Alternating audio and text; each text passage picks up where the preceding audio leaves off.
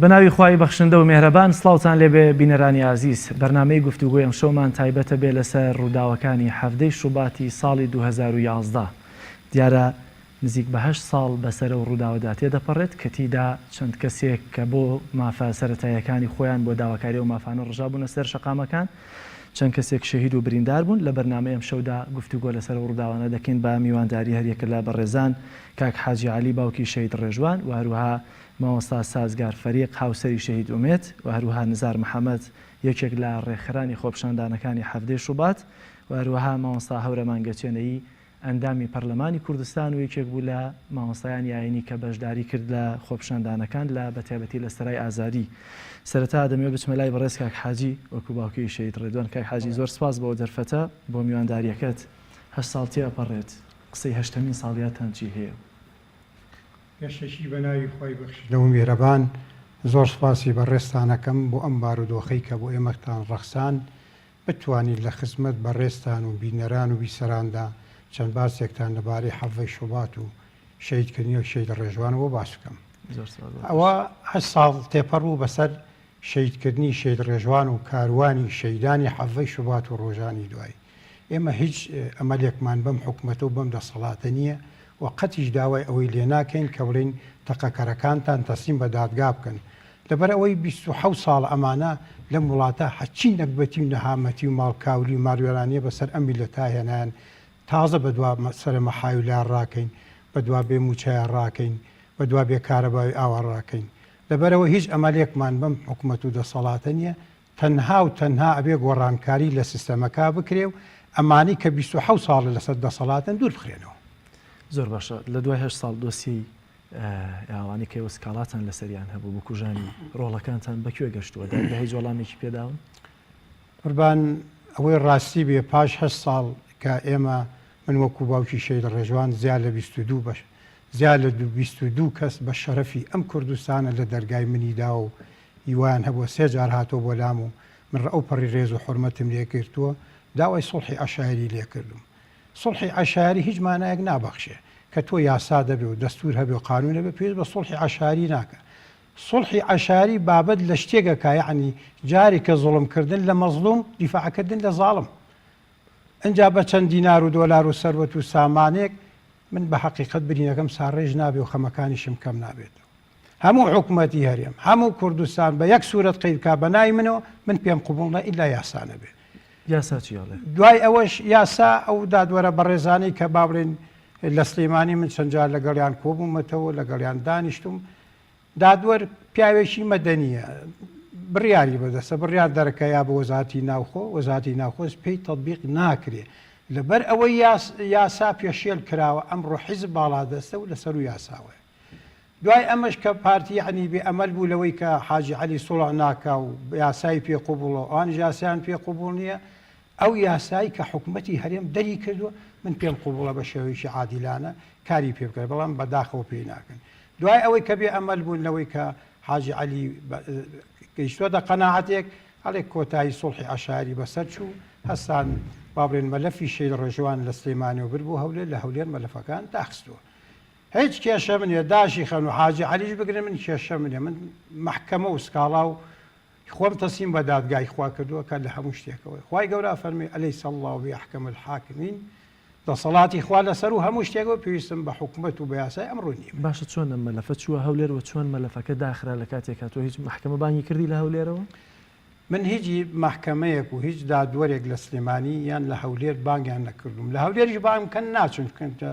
دۆسەی من لە شاری سلەیمانیە پێویست بە هەولێر ناکە. ئیتر ئەوان خۆیان باڵا دەستن کاکە بکوش و ببڕ خۆیانن تر پێویست بە من ناکە منیش هیچ مەناعەتم نییە هەرچێکیان کردوم نەڵێم دەستان خۆش بێ لەبەروی محکەمەی خۆم تەسلیم بە دادگای خوا کرد تەسلیم بە حکوومەتێکی هەڵوەشاوی بێسەروبەرە ناکەم. زۆر سپاس کاک حاجی. مامۆستا دێمە لای جەنابەت گوێ لە قسەکانی کاک حاجی بوو لە دوای 8 ساڵ پەرلەمان ڕۆڵی چییە بێت لەمەی کە بەتایبەتی ناتوانن تەنان لە ڕێگەی یاساشەوە مافی خۆیان وەربگرنەوە؟ بسم الله الرحمن الرحيم الحمد لله وصلى الله وسلم وبارك على سيد الأنبياء والمرسلين محمد وآله وصحبه ومن والاه.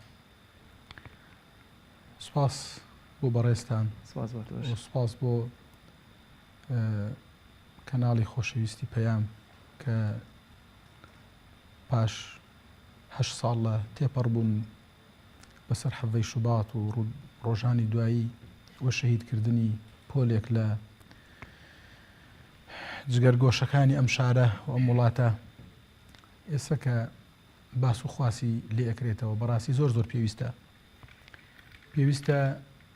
ئەم بابەتە کوێر نەکرێتەوە تاوەکو نەوەکانی داهاتووی ئەم وڵاتە بزانن کە لەلایەن دەسەڵاتی کوردیەوە چی بە گەنجەکانی ئەم شارە کرا لە کاتێکا کە داوای سەرەتاترین مافیان ئەکرد لە کاتێکا کە ئەو خەڵکە داوای ئەکرد ئەیوت بە بەرپرسان ئێوە حسابی مریشکێکی بەردەرگاکەی خۆتانمان بۆ بکەن چونکە مریشکێک ئەگەر خانوویەکی بچووکی نەبێ ئەگەر کوڵیتەیەکی نەبێ لەکوێ بژین خەڵ داوای سەکەنێکی بچووکی ئەکرد خەڵ داوای ڕۆشنایی ئەکرد ئەیوبا کارەبامان هەبێت خەڵ داوای ئاوی ئەکرد ئەیوبانە خنکێن بەڵام بەداخەوە زۆر بەداخەوە لە مقابلی ئەمە بە قەناس و بە بیکەیسی و بەو چەکانەی کە دەبوو بەرامبەر بە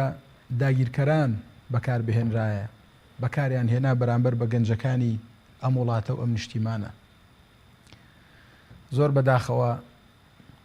شەڕی ئەویان لەگەڵ ئێمە کرد ئەیانوت ئێمە سرودی ئەی ڕەقیب ئەڵێن و ئەڵێن کەس نەڵێ کورد مردووە کورد زیندووە بەڵام بەدەستی خۆیان کوردیان کوشت زۆر باشە بەدەستی خۆیان بەدەستی کورد بە فیشەکی کورد مناڵێکی وەکو کاکە ئەنەس بێ باوک کرا لە نازی باوک دوور خرایەوە بەداخەوە هەرچی لەسەر بڵێن هێشتر هەر کەمە ئەگەر شانامەیەکیش بنووسینەوە هێشتر هەر کەمە پەرلەمانیش بۆ پرسیارەکەی جەنابەت زۆرێک لەو پەرلەمانە کە دەسەڵاتی تایە هەیە و نفوزی زۆرە و بەداخەوە دەنجیان پێ ئەدرێتەوە هەر سەر بەو حیزبانن کە ئەو تفەنگانەیان تەقاند سەر بەو حیزبانن کە ئەو گەنجانەیان شەهید کرد تۆ چاوەڕوانی چی لەوێ ئەەکەی بەڵام ئێمەمانان کە هەمیشە خۆمان بە نوێنەری سەراکانی ئازادی زانیوە بەڕاستی قەت نەمان شاردوێتەوە قەتیش نایشارینەوە و فەخریشی پێوە ئەەکەین هەمیشە دەنگێکی زوڵاڵ بووین بەڵام دەنگمان نەبیستراوە بۆ لەبەرۆ دەنگەکەمان بەڕاستی هێندە زاڵ نەبووە کە ببیسترێت ئێمە خەڵکێکی کەم بووین لە ناو پەرلەمانەکە خۆمان بە نوێنەری ڕاستەقینەی خەڵکی مستەزعفی ئەم کوردستانە زانیوە گلەیەکە لە خەڵک بکەیت کە بۆچی دەنگی زۆرینیان بێوە نەداوە بۆی بەرگریان بەڵێ مافی خۆمەکە گلەی بکەم بەڕاستی چونکە ئەوە تا ئێستا ئەو پەرلەمانە تۆ چاوەڕوانی چی لێ ئەەکەی حاکم هەر خۆیانە پەرلەمان هەر خۆیانە حکوومەت هەر خۆیانە وەزارەتی ناوخۆ هەر خۆیانە پارە هەر خۆیانە عەلاقات هەر خۆیانە تفەنگ هەر خۆیانە هەموو شتێ هەر خۆیانە ئەو بە شوڕتەیەک بە ئیشارەتێک پەرلەمانی داخست پەرلەمان کاتێک ئەتوانێت ڕۆڵی خۆی ببینێ کە ئەوەندە ئەندامی پەرلەمانت هەبێ لە ناو هۆڵی پەرلەمان کە لەگەڵ هەڵسانەوە سقوط بە دانیشتنەکانی پەرلەمانکەن یان لەگەڵ دانیشتن بتوانن یاسا بچەسپێنن لە ناو هۆڵی پەرلەمانە ئێستا زۆرینەی هەر ئەوانن کە غەنیون عن التعریف پێویست ناکە پێناسیان بکەین بەڵام المهم ئێمە بەڕاستی بە ئەرکی سەرشانی خۆمان هەڵساوین دەنگمان بەرز کردوتەوە هاوارمان کردووە کە ئەم وڵاتە بووە بێ ئاو بەتایبەتی جەناب ڕەنگە خەڵک بڵێ یەکێک بوو لە بەشداروەکانی حەفدەی شوبات و سەرای ئازادی ڕەنگە لە ڕێگەیەمەوە زیاتر بۆ نمونە یەکەم جار هەڵبژێردابی بۆ پەرلەمان چیتان کردەوە وەکو بەتایبەتی خۆت من خۆم طبعا لە خولی چوارەمی پەرلەمانە خۆتان ئەزانن پەرلەمانی کوردستان ساڵ و نیوێک توانی ئیش بکات زیاد لە 2 ساڵ هەر تەعتیل کرا لە سەرەتایشەوە زیاد لە 6 مانگ هەر وجودی نەبوو بەڕاستی لە خولی چوارەمە ئێمە فریا هیچ نەکەوتین و ئەسڵەن نەشیان هێشت کە فریا هیچ بکەوین بەڵام ئێمە هەمیشە هەر دووبارەمان ئەکردەوە زوو لە ناو هۆڵی پەرلەمانە ئەو بابەتەمان ئەدا بە گوێیانە زوو بەتایبەت لە کاتێکە کە یاسای ڕێخستنی خۆپیشاندانەکان ئەهاتە پێشەوە زوو بابەتی سەرای ئازادی و بریندارەکانی سەرای ئازادی و شەهیدەکانی حەڤەی شوبات و ڕۆژانی دواتر ئەماندایەوە بە گوێچکەیانە، بەڵام بەڕاستی دەرفەتی ئەوەمان نەبوو کە بتوانین بە تەواوەتی ئەوەی کە ئەمانەوێ بیشەسپێنین، بە تایبەت دادگایکردنی ئەوانەی کە قاتیلن، دادگایکردنی ئەوانەی کە ئامیرن فەرمانکەرن، دادگایکردنی ئەو حیزبانش کە ڕازین و داڵدەی ئەو قاتیل و ئەو جەلاد و خوێنمژانەیان داوە کە هێڵیان مناڵێکی ئاوها هەتی و بخرێ و هەروەها دایکێک جەرگی بسووتێ و باوکێک جەرگی بسووتێ و هاوسەرێک جەرگی بسووتێ و ئیلا ئاخری. زۆر باشە مامۆستا دێمەوەلات کاک نزار جەناب دیشێ بوو لە ڕێخەرەکانی ناو خۆپشاندانەکان و دیارتان هەبوو لەوێ، بۆچی یعنی خۆپشاندانەکانتان درێژە پێدایە، بۆچی دەستان پێکرد؟ ئامانجتان لەو هۆتاف و لەو دروشمانە چی بوو لەسەر شەقامەکان و لەسەر ئازادیەتان وتەوە؟ بێگومان دەستپێکردنی خۆپشاندانەکان وەکو کاردانەوەیەک بوو کە زوڵم و زۆرداری تەحمل ناکرێتەوە زیاتر و ئەو دروشمی کە من خۆشم بە لەسەر ئەیفۆرێک دامان نابوو کەڵێ جامی خەڵق لی دەڕژێت، ئەوە یەکێک بوو لە تایتڵەکانی ئەو خۆپشاندانە و هەروەها هەر بە بووی دروشمەکان بووی ئەڵێمە بۆی کە بکەینە ئەو فەزای ئەو کاتی کە جوابی پرسیارەکەواتەوە نووسی بوومان تا کار لە کار نەترازاوە دەسەڵات بە خۆدا بچۆرەوە. هەمووی ئەو شانە تعبیر لەوە ئەکا کە بێکاری هەبووە، بێکارەبایی هەبووە، ئەنجا ئەمە وەکو خزمەت گوزاری وەکو کۆمەلگایەکی مؤسساتی کۆمەلگای کوردی لەو سەردەمەیە تامان ئێستا زۆر خراپتریشە، لەو سەردەمەیە هیچ لە کۆمەلگایەکی مؤسساتی ناچوو و هیچ لە دەوڵەت ناچوو و هیچ لە ئەوە ناچوو کابڵین ئەمە کۆمەلگایەکی ڕێکخراوی ئەم سەردەمەیە ئەم سەردەمەیە کە خەڵکی هاژی حیزبەکان سەیطەریان کرد بەسەر حکومەتە، دوو ئیدارەیی هەبوو، شەفافیت نەبوو، حیزب و حکومەت تێکەڵاو بوو، میلیشیای حیزبی هەبوو، یان هەموو ئەم فاکتەرانە ئێمە وای لە ئێمە کرد کە بین لەسەر شەقام و دەمی خۆمان بەرزکەینەوە، دەمی خۆشمان تێکەڵاو بۆ مەدی بەهارە عەرەبیە بکەین کە چەکەری کردبووە دوو ڕژێمیش لەو کاتانەیە یان بەتاڵەتی ڕووخابوون کە ڕژێمی میسر بوو وەڵما ڕژێمی تونس بوو، بن عەلی و حوسنی مبارەکە ئەو دوو ڕژێمە لەبەر چاوی خۆمانە بینیمان چۆن ڕووخا ئیتر ئەمە یعنی وای لە ئێمە کرد کە ئێمەش دەتوانین کارێکی وا بکەین کە ئەم سیستەمە بگۆڕێت و سیستەمێکی نوێ بێتە کایەوە. ڕۆڵی ئۆپۆزیسیۆنی شەو کاتە سێ حیزبەکەی ئۆپۆزیسیۆن بە تایبەتی ئەوە ئێمەوە ئەزان حەفەی شواڵەوە دەستی پێکە کە ئێمە هاتین شەقام بام باگراوەندێکی هەبوو بەیاننامە حەو خاڵەکەی بزوتنەوەی گۆڕان بەتاڵی هاندەری ئێمە بوو، یان هەموو شتێک لەبەر چاو و لەبەر دەمی لێکدانەوەی گشتیا بوو کە ئەم خۆپشاندانە پێشبینی ئەکرا کە شتێکی وا بکرێت. من خۆشم لە تەلەڤیزیۆنی کێنێن 4 ڕۆژ پێش خۆپشاندانەکە وتم ڕۆژی پێنجشەمە خۆپشاندانەکەین، من خۆم ئیعلانم کرد لە تەلەڤیزیۆنی کێنێن، بام لە ساتە وەختی خۆپشاندانەکە هەمووی خۆیان لێ بێبەری کرد و وتیان ئەمە ئێمە ئاگامان لەم خۆپشاندانە نیەوە، ئێمە بەتەنیا ماینەوە بەڕاستی. کەواتە ئامانجی ینی سەرەکیتان دابینکردنی خزمەت گوزاریە سەرەتایەکان بوو بەتایبەتی بێجگە لە خزمەت گوزاریە سەرەتایەکان ئێستا ئەگەر خۆپشاندان بکەین ئەبێ خۆپشاندان بۆ ئەوە بکەین کە هەواشمان لێ نەبڕن،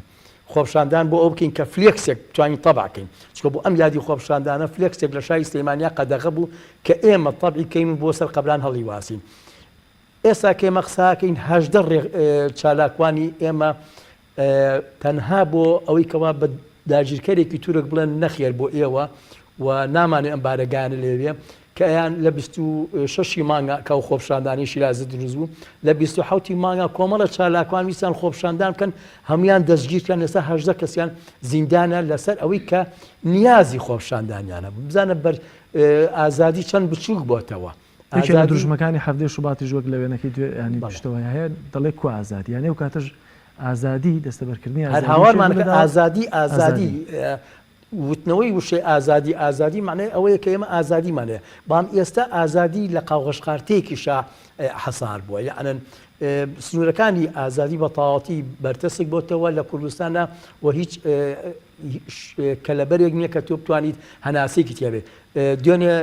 کۆمەڵە چالاکان ویسیانە گرتبوونەوەی بکەن لە بەردەمی ئاسیاسیڵیان بڵن کاکە کارت بۆ گرانە کارتی ئاسیاسیل بۆ گرانە بۆ لە بەغاوانیە ئەمە خۆی لێ نووسراوە 5,000 لێ نووسراوە 10,000 تۆ 12,000 وەرەگری بۆ سەبەبی چییە؟ بە شەرتی هەندێک لەم کۆمپانیانەی ئاسیاسیل و کۆرە کۆمانە هەر زەڕی بەش دایان بە حکوومەتی عێراقی. حکوومەتی عێراقی بیری لەوە کردەوە کە لە زەمانێکە بیری لەوە کردەوە کە زەڕیبەکە لە بودجەی کوردستان بڕە کاتێکە لە سایە حەڤەکە هەبوو. یان ئەمان ئەم حیزبانە بە خۆیانەوە بە کۆمپانیەکانیانەوە بە پیاوکوژەکانیانەوە بە هەموو دام و دەستگاکانیانەوە بارگرانێکی زۆر قورسیان خستەوە سەر ئەم کۆمەلگایە. اینجا ئێمە سەیری ئازادیەکەیت گرتبوونەوەیەک قەدەغەیە دەنگ هەڵبڕینێک ئێستا قەدەغێ بام ئەو کاتێک ئێمە ئەو خۆشاندانانمان کرد ئەو کاتەش یەکجار وای لێ نەهاتی بوو بەڵام هەر هاوارمانە کرد بۆ ئازادی لەبەرەوەمانزانی ئازادی لە ڕێگای ئەم سیستەمەوە بەرەو کۆڵانێکی داخرا و ئەڕوا و ئەم کۆمەلگای پێویستی بە ئازادی زیاترە و پێویستی بەکرانەوەی زیاترە بام ئەم حیزبانە هەمیشە قەفڵی ژەنگاویان پێ بۆ داخستنی ئەم کۆمەلگایە و بۆ جێڕانەوەی ئەم کۆمەلگایە لە عەقڵێکی مۆدێرنی تازەگەریەوە بۆ عەقڵی خێڵەکی و عەقڵی بچووکی و تا عەقڵی خێزان. وەک خۆ دوتت ئێستا حیزبەکان زیاتر باڵا دەستن و ئازادی بەرتەسکرە و خزمەتگوزاری خراپترە. دێمەوە لەسەر ڕۆژ قساکەین لەگەڵ تا دەمێ بچمە لای مامۆستا سازگار مامۆستا زۆر سپاس بۆ دەرفەتەی کە بەخشی تێوەمە و بەشداریان بەرنامەیەت کردووە بە خێراتنی کاگەنەسیش دەکەین بە خێربێ کاگەنەس ئەگەر چی من داوای لێبوورنەکەم لەسەر پێی بەرنامەکە کاگەنەسم نەناسی کاگەنەس کوڕی تاقە کوڕی شەهید ئومێدە کە بەجێمەوە ئێستا تەمەنی چەندە؟ ئێستا تەمەنی 3 ساڵە کاگەنەس. ئێستا تەمەنی؟ 3 ساڵ عفو تەمەنی 8 ساڵە لە پۆلی بەڵێ لە قۆناقی سێ بنەڕەتی. زۆر باشە. هیچ لەسەر باوکی دەزانێت مامۆستا سازگار؟ وەڵاهی بەحکمەوەی کە ئەنەس کاتێک کە باوکی شەهید بوو لە تەمەنێکی بچووکا بوو ئیتر تا تقریبا ساڵی پار تۆزێک گەورە بوو ئێستا تەمەنی 8 ساڵە کاکە ئەنەس بەڵێ پرسیاری لێ کردوم و بە شانازیشەوە پێم وتۆ کە باوکی شەهیدی ڕێگای نەعەدالەتی کۆمەڵایەتی و ئازادی و نەبوونی خزمەتگوزاری و هەموو ئەوانەیە. زۆر جار شەهید ئومێدە و چیرۆکەیان لێ دەگێڕایەوە کە بۆ کڕینی شتی مناڵەکەی ڕۆشت بۆ دەرەوە چۆن بوو؟ بەڵێ وڵی وەکو هەموو ئێوارەیەک شەهید ئومێد بۆ ئەچوە ناو بازار بەشداری خۆ پیشاندانەکانیە کرد ئیتر لەو ئێوارەیە بۆ کڕینی شیر بۆ ئەنەس چوو بۆ بەردەم مزگەوتی گەورە و لەویانە شەهید کرابوو. چۆن هەواڵەکەت زانی؟ وڵی طبعاً هەواڵێکی ناخۆش بوو زۆر هەواڵێکی ناخۆش بوو بە نسبەتی منەوە خۆم بە دووادار چوونم بۆ کردو لە ئێوارە دوای بانگی ئێوارە کە نەگەڕایەوە ئیتر بە دووادار چوونم بۆ کردو دوایی زانیم کە شەهید بووە. زۆر باشە. ئێستا لە دوای 8 ساڵ دۆسیەی شەهید ئومێد بەشوێ گەشتووە هیچ کەس لەسەر شەهیدبوونی شەهید ئومێد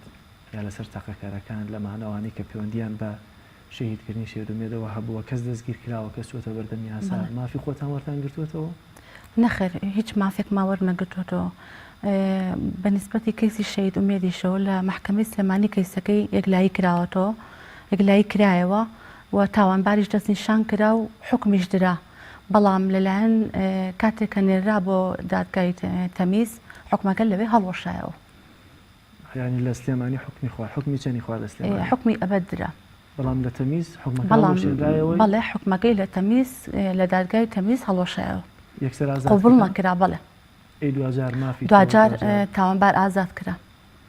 سکاڵای ترت نەبوو لەسەرەوەی کە دوجار دەبێ یەکێک هەبێ ئەمەی کوشت بێت ئەمەی شەهید کردی بە شەهید ئومێد؟ وەڵاهی طبعاً دادوەرە بەڕێزەکان زیاتر لێکۆڵینەوەیە لەو شتە کردو لەوەی کردووە کە شەهید ئومێد بە ڕۆژی ڕووناک لەبەر ناوجەرگەی بازاڕە بەڕاستی بە بەرچاوی دادگا و هەموو دەسەڵاتدارانی حکوومەتەوە شەهید کرایتر پێویست ناکە من لێکۆڵینەوە بکەم کە ئایا ئەو کەسە تاوانبارە یا کەسێکی تر لە تاوانبار و ئەوەش لە دادگا سەلمێنرا کە تاوانبار کێ بوو بەڵام ئەوژوک و هەموو شەهیدانی تری حەڤی شوبات کەیسەکەی داخرا و یەکلایی نەکرایەوە. لە دوای 8 ساڵ ئێستا چۆن بیر دەکەیتەوە لەسەر بەتابەتیەوە دۆسیەوە کە بەسەرتانە هاتووە؟ هێشتا هەر جێگەی شانازیە ڕەنگە بۆ منە ئینسان هەیە بەرگەی ئەو هەموو ناڕەحەتیە نەگرێ سەر بە دڵنیایەوەیەوە هەندێ چەرمەسەری و ناڕەحەتی لە ژیانتان نەدێتە ڕێگەتان بەبێ هاوسەرتان هێشتا هەر شانازی بە و شەهید بوونیەوە دەکەن هێشتا لەسەر و خەباتە بەردەوام من هێشتا بۆ نمونە ئەنەسیش دەتەوێت بە هەمان شێواز پەروەردە بکەیت بەتەکید من ئێستا کە دانیشتوم هیوادارم ئەنەس بە ڕێگای باوکیا بڕات و بۆ ڕێگایە بڕات و هیوادارم ئیشەڵا بتوانم کوڕێکی لێ پەروەردە بکەم کە نمونەیەکی باوکی وەربگرێ طبعاً بۆ ئەوەش کە ڕۆژانە بەڕاستی هەستێکی ناخۆشە یعنی ژیانێکی ئەتیادی بەسەرە بم طبعاً ئەمەش حیزب بەرپرسە لە نەبوونی ژیانێکی ئاسایی وەکو هەموو کەسێکی تر بۆ من و بۆ ئەنەس کە بوونە هۆی شەیدبوونی هاوسەرەکەم واتە حیزبەکان بەگشتی یان مەبەست دەسەڵاتدارەکان طبعاً حیزبی دەسەڵاتدار زۆر باشە دێمە وڵاتمەوەسا زۆر سپاس کاک حاجی دێمە وڵای جەنابەت دۆسیەکەتان برایە هەولێر لە دوای 8 ساڵ ئێستا وەزعی ماڵەوە خێزانت ماڵەکانی تر لەسەر شەهیدبوونی شەهید ڕێژوان چۆن ئێوە بە حقیقت یعنی کە بردننی دۆستەکە لە سلێمانی بۆ هەولێر یعنی جاریشکە شەید ڕێژوانیان شەهید کردەوە چونکە ئەم دۆسەیە کە برا لە هەولێر داخرا ئەمەش جاریشکە هەر زۆڵمەشی کێ لێمە من پارتی بابلێن حکوومەتی هەرێمی کوردستان و پارتی بە تایبەتی 3 جار زۆڵمی لە من کردووە نەک جارێک یەکەم جار مناڵێکی ئاوە لە چ وڵاتیشی دیکتاتۆری وەکو کوردستانە مناڵێکی ئاوە ئەگەر دوو بەردیاویشتی بە بیکەیسی و کلاشی کۆڤ جواب بدرێتەوە ئەمە لە چی یاسایە کاجی بۆ تۆ دووهەم ئەم مناڵە گەندەڵی زانی چاکسازی پێ زانی چ جۆرە چەکی پێ و هاتە سەرتان ئەمە دووسێ هەمیش دزینی مەلەفەکەی لە سلێمانیەوە بۆ هەولێر ئەمە شەر تاوانیشکی یعنی بە 3 جار ئەم مناڵیان بە نەحەق شەهید کردووە ئێمە وەکو عەرزم کردی نەک جارێک 10 جاری کەش ئەم مەلەفە بدزنەوە ئێمە ئەتراب نە بەم حکوومەتاکەی نە بە یاساکەی و نە بە دابیاکەشی حتا سەر یەسقان ڕەشبینین بەرامبەرم دەسەڵاتە ئەمە ئەومان نییە کە بڵێ نە داواکاریان لێکەی نە چاکسازیشمان لەمان ناوێ وەزعتان چۆنە وەزی دەرونی خۆتان واللهی وەزعی دەرونی ئیتر خۆ بڵێن کارێکی قورس و ناڕەحەتە و ڕۆژانە یعنی خەفەتی پێ خۆین و بەڵە ناڕەحەتین و ئەچین و بەس ئیتر سوپاس بۆ خواکە چامان بە دۆستان و برادەران و ناسیاوان و لایەنگرانمانەکەوێ ینی دڵخۆشیمانەدەوە قسەی خێرمان بۆکەن ئەنی نەفسیان ئێمە مرتاح نین ینی 8 ساڵ ئێمە بم دەردەوە تلینەوە کاکە لە پێناوی چی لە پێناوی ئەوەی کە یاسایەک سەروەر نەبێ ئەو یاسایم هەر ناوێ من ئەم حکوومەتەم هەر ناوی ئەترافیش پێ ناکەم بڵێم چی مناڵێکی وا ئەخر چی زانی چی پێبوو چی کردەبوو لە مقابلی بەردێکە بە بیکەیسی وە کلاشینکۆڤ جواب بیتەوە شکانی چەند تەبەقە شوشەیەکی لقی چواری پارتی ینی قوربانی بوو بە پارتی ئەی شەیکردنی مناڵێک سەرشۆڕی و نامەردی و ناپیاوی نەبوو ئەم مناڵە چی پێبوو چی زانی بە ئەم مناڵیان بگرتا سجنیاکرا دوای بیان نادە بە دوا خۆمە ئەوسا من ئامادە بچوو وەردەم دادگاش زۆر باشە لە دیارە بەرامبەر دۆسیەکەی ئەوەیە بەرامبەر ڕێژوانە ڕەنگە لایەنێکی سیاسیە حکوومەت هەبێ بەڵام دوجار خەڵکانێک و چاودێرێک و یا با بڵێن تەوژمێک هەبوو کاتەکە لەسەر شەقام بوون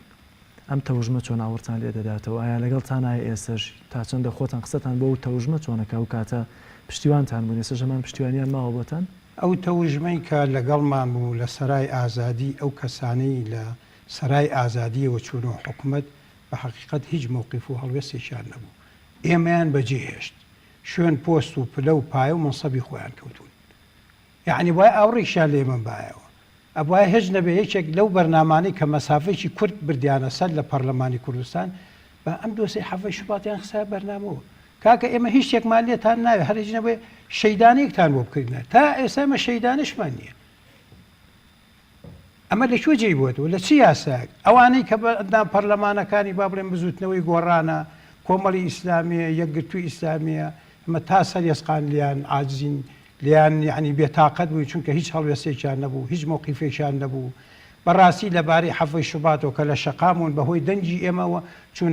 چوونە پەرلەمانەوە ئێمە بنکەمان کردەوە بەناوی ڕۆڵەکانمانە و بە هەزارها دەنگی سەوتمان بۆ کۆکردنەوە بەس بەداخەوە هەمووی بەزایەت و هیچ مووقیفێکیان بەرامبەر ئێمە نەبوو ئێمە تا سەر یەسقان من وەکو خۆم وەکو حاجی عەلی ساحیبی قسەی خۆم گلەیم لە هەموو ئەندام پەرلەمان زۆر باش باوەڕت وایە ئەندام پەرلەمانەکان دەسەڵاتیان هەبوو چونکە هەندێکیشیان کردبوو بەڵام لە ئاستی دەسەڵاتیەوانانە وەرمونە کاکسۆران هەندێک مەلەفی جوڵاند بوو هەندێک پرسیاری ڕاستی وەزارەتەکان کردبوو قوربان ئێمە جەنابی دکتۆری یوسف کە بانگی کردین خانەوادەی شەیدان بۆ پەرلەمان چوینە خزمەتی ئەوتی نسبەتی ئێمە لە 144 با بڵێن دەسەڵات باڵا دەسترا چونکە لە پەرلەمان ئەکسەرێت دەخوا ئەوتی ئەوەی لە توانامانابێ ئێمە بۆتانەکەین هەوڵی داخواڵ ناگرێت دکتۆری یوسف و عنیاندام پەرلەمانەکان لە سەرێکەوە وتیان با دۆسەکەدان لە محکەمە ئیشی خۆی بکە ئێمە هەوڵتانین شەیدانەیەک و با بڵێن ئەوەی کە حسەی ئینسانی شەهیدە با بۆتان بکەین ئێمە بە حەقیقەت وەکو خانەوادەی شەیدان ناو خۆمانە کۆک نەبووین ڕازی نەبوون هەرێکی بە شکڵ شێوەیەک ئیشەکەمانە برسەر ئیتر وای لە هاو تەمەنی با بڵێن پەرلەمان کورد بوو جەنابی دکتۆر یوسف دوورخرایەوە وەزیرەکانیان دوورخرایەوە پەرلەمان ئاتڵ کرا هەمی ساڵێک وابزانام چەند مانگێک کرا ئەویش ئەمە کێشەی ڕابردوو هاتووە سەر دۆسەکانیان ئەوە هاتووە ناو پەرلەمان فریا ئیشەکەی مە نەکەوت زۆر باشە مامۆستا گلەیەکەی بەجێ تا چەند لێ دەسەڵاتانەوە چۆن هەیە بتوان کار لەسەر دۆسیە بکەن من گلەی بە حەقیقەت لە دۆستانەکەم ئەو کەسانی کە باڵێن هاوسنفی خۆمان بوون لەگەڵمان نابوون لەسەرێ ئازادی لە ڕیزەکان نابوون پشگیریانە کردین داواکارەکانیان گانی گلە لە دۆستی خۆمەکە بژنە بێگان نانا بزانین تا چەند دامانیش دەسەڵاتیان هەیە وانە دەسەڵاتی جێبەجێکردن گلەیەکەی لە 100% حەقە وەکو عەرزم کردی بەڕاستی ئەبوو ئێمە ینی هەوڵی زیاتر بدەین و فشاری زیاتر دروستکەین بەڵام وەکو عەرزم کردی پێشتر ئێمە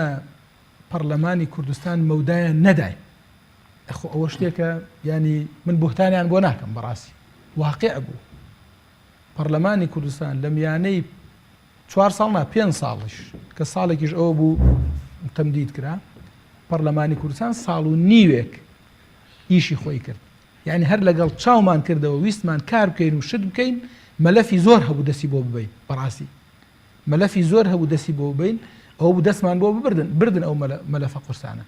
بەڵام ئەوە بوو ئەو دەسەڵاتەی کە ڕۆڵەی ئەم میلەتەی شەهید کرد هەر ئەو دەسەڵاتە بوو بەرچاوی دنیاوە کە پەرلەمانیشی تعتیل کرد بەڵام بەڕاستی من لێرە ئەوە بڵێم ئەویش ئەوەیەکە حیزبەکانی ئۆپۆزیسیۆنی ئەو کاتە بزوتنەوەی گۆڕان یەکگرتووی ئیسلامی کۆمەڵی ئیسلامی ئەبێ ئەم بابەتە بە یەکێک لە مەلەفە هەرە گرنگەکانی خۆیان بزانن هەتاوەکو ئەوان حیزبن و لە دوای ئەوانیش هەتاوەکو ئەبێ مافی ئەو خەڵکە لە 100% وەربگیرێت بەڕاستی من پێم خۆشە کە ئێستا بزوتنەوەی گۆڕان ئەم ئێوارە ئیتیفاقی سیاسی کردووە وەک بینیمان لەگەڵ پارتی دیموکراتی کوردستانە سبەینە کۆمەڵی ئیسلامی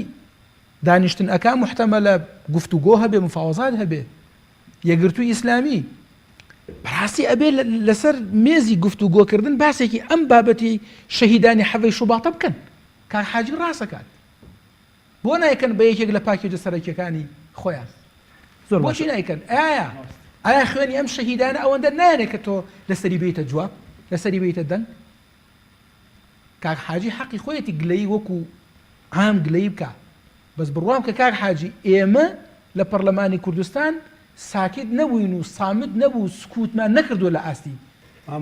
ئەو شەهیدان بەڵام بەڕاستی قسەش ئەفەرمی جەنابەت بۆی تەوزیح بم بەڕاستی ئێمە سەوتمان نەبیستراوە دەنگمان نەبیستراوە وەکوی کە پەرلەمانتان لە ناوهۆڵی پەرلەمانە بەس ئەوم لەسەر کە دەنگ هەڵبڕم کە قسە بکەم خۆ پەرلەمانی کوردستان شوێنی شەڕەتەقە و فیشەک و شەڕە سیلاح نییە کە سیلاحی وەکوی کە دەسەڵاتان هەیە ئەتوانن چی بکەن ئێمە ئەتوانین ئەو مەلەفە زیاتر بجوڵێنین لە خولی چوارەما پێمان نەکرا خولی پێنجەم لە خولی پێنجەما پێمان نەکرێ خولی شەشەم لە خولی سێهەما طبعاً هەر لە خولی سێهەما ئەو کاتەی کە گەرمەی خۆپیشاندانەکان بوو ئەوە بوو ئەندامانی ئۆپۆزیسیۆن ئەندامانی پەرلەمان لەوێت لە چەندین دانیشتی پەرلەمانە هاتنە جواب لەسەر ئەو بابەتە شەڕیان کرد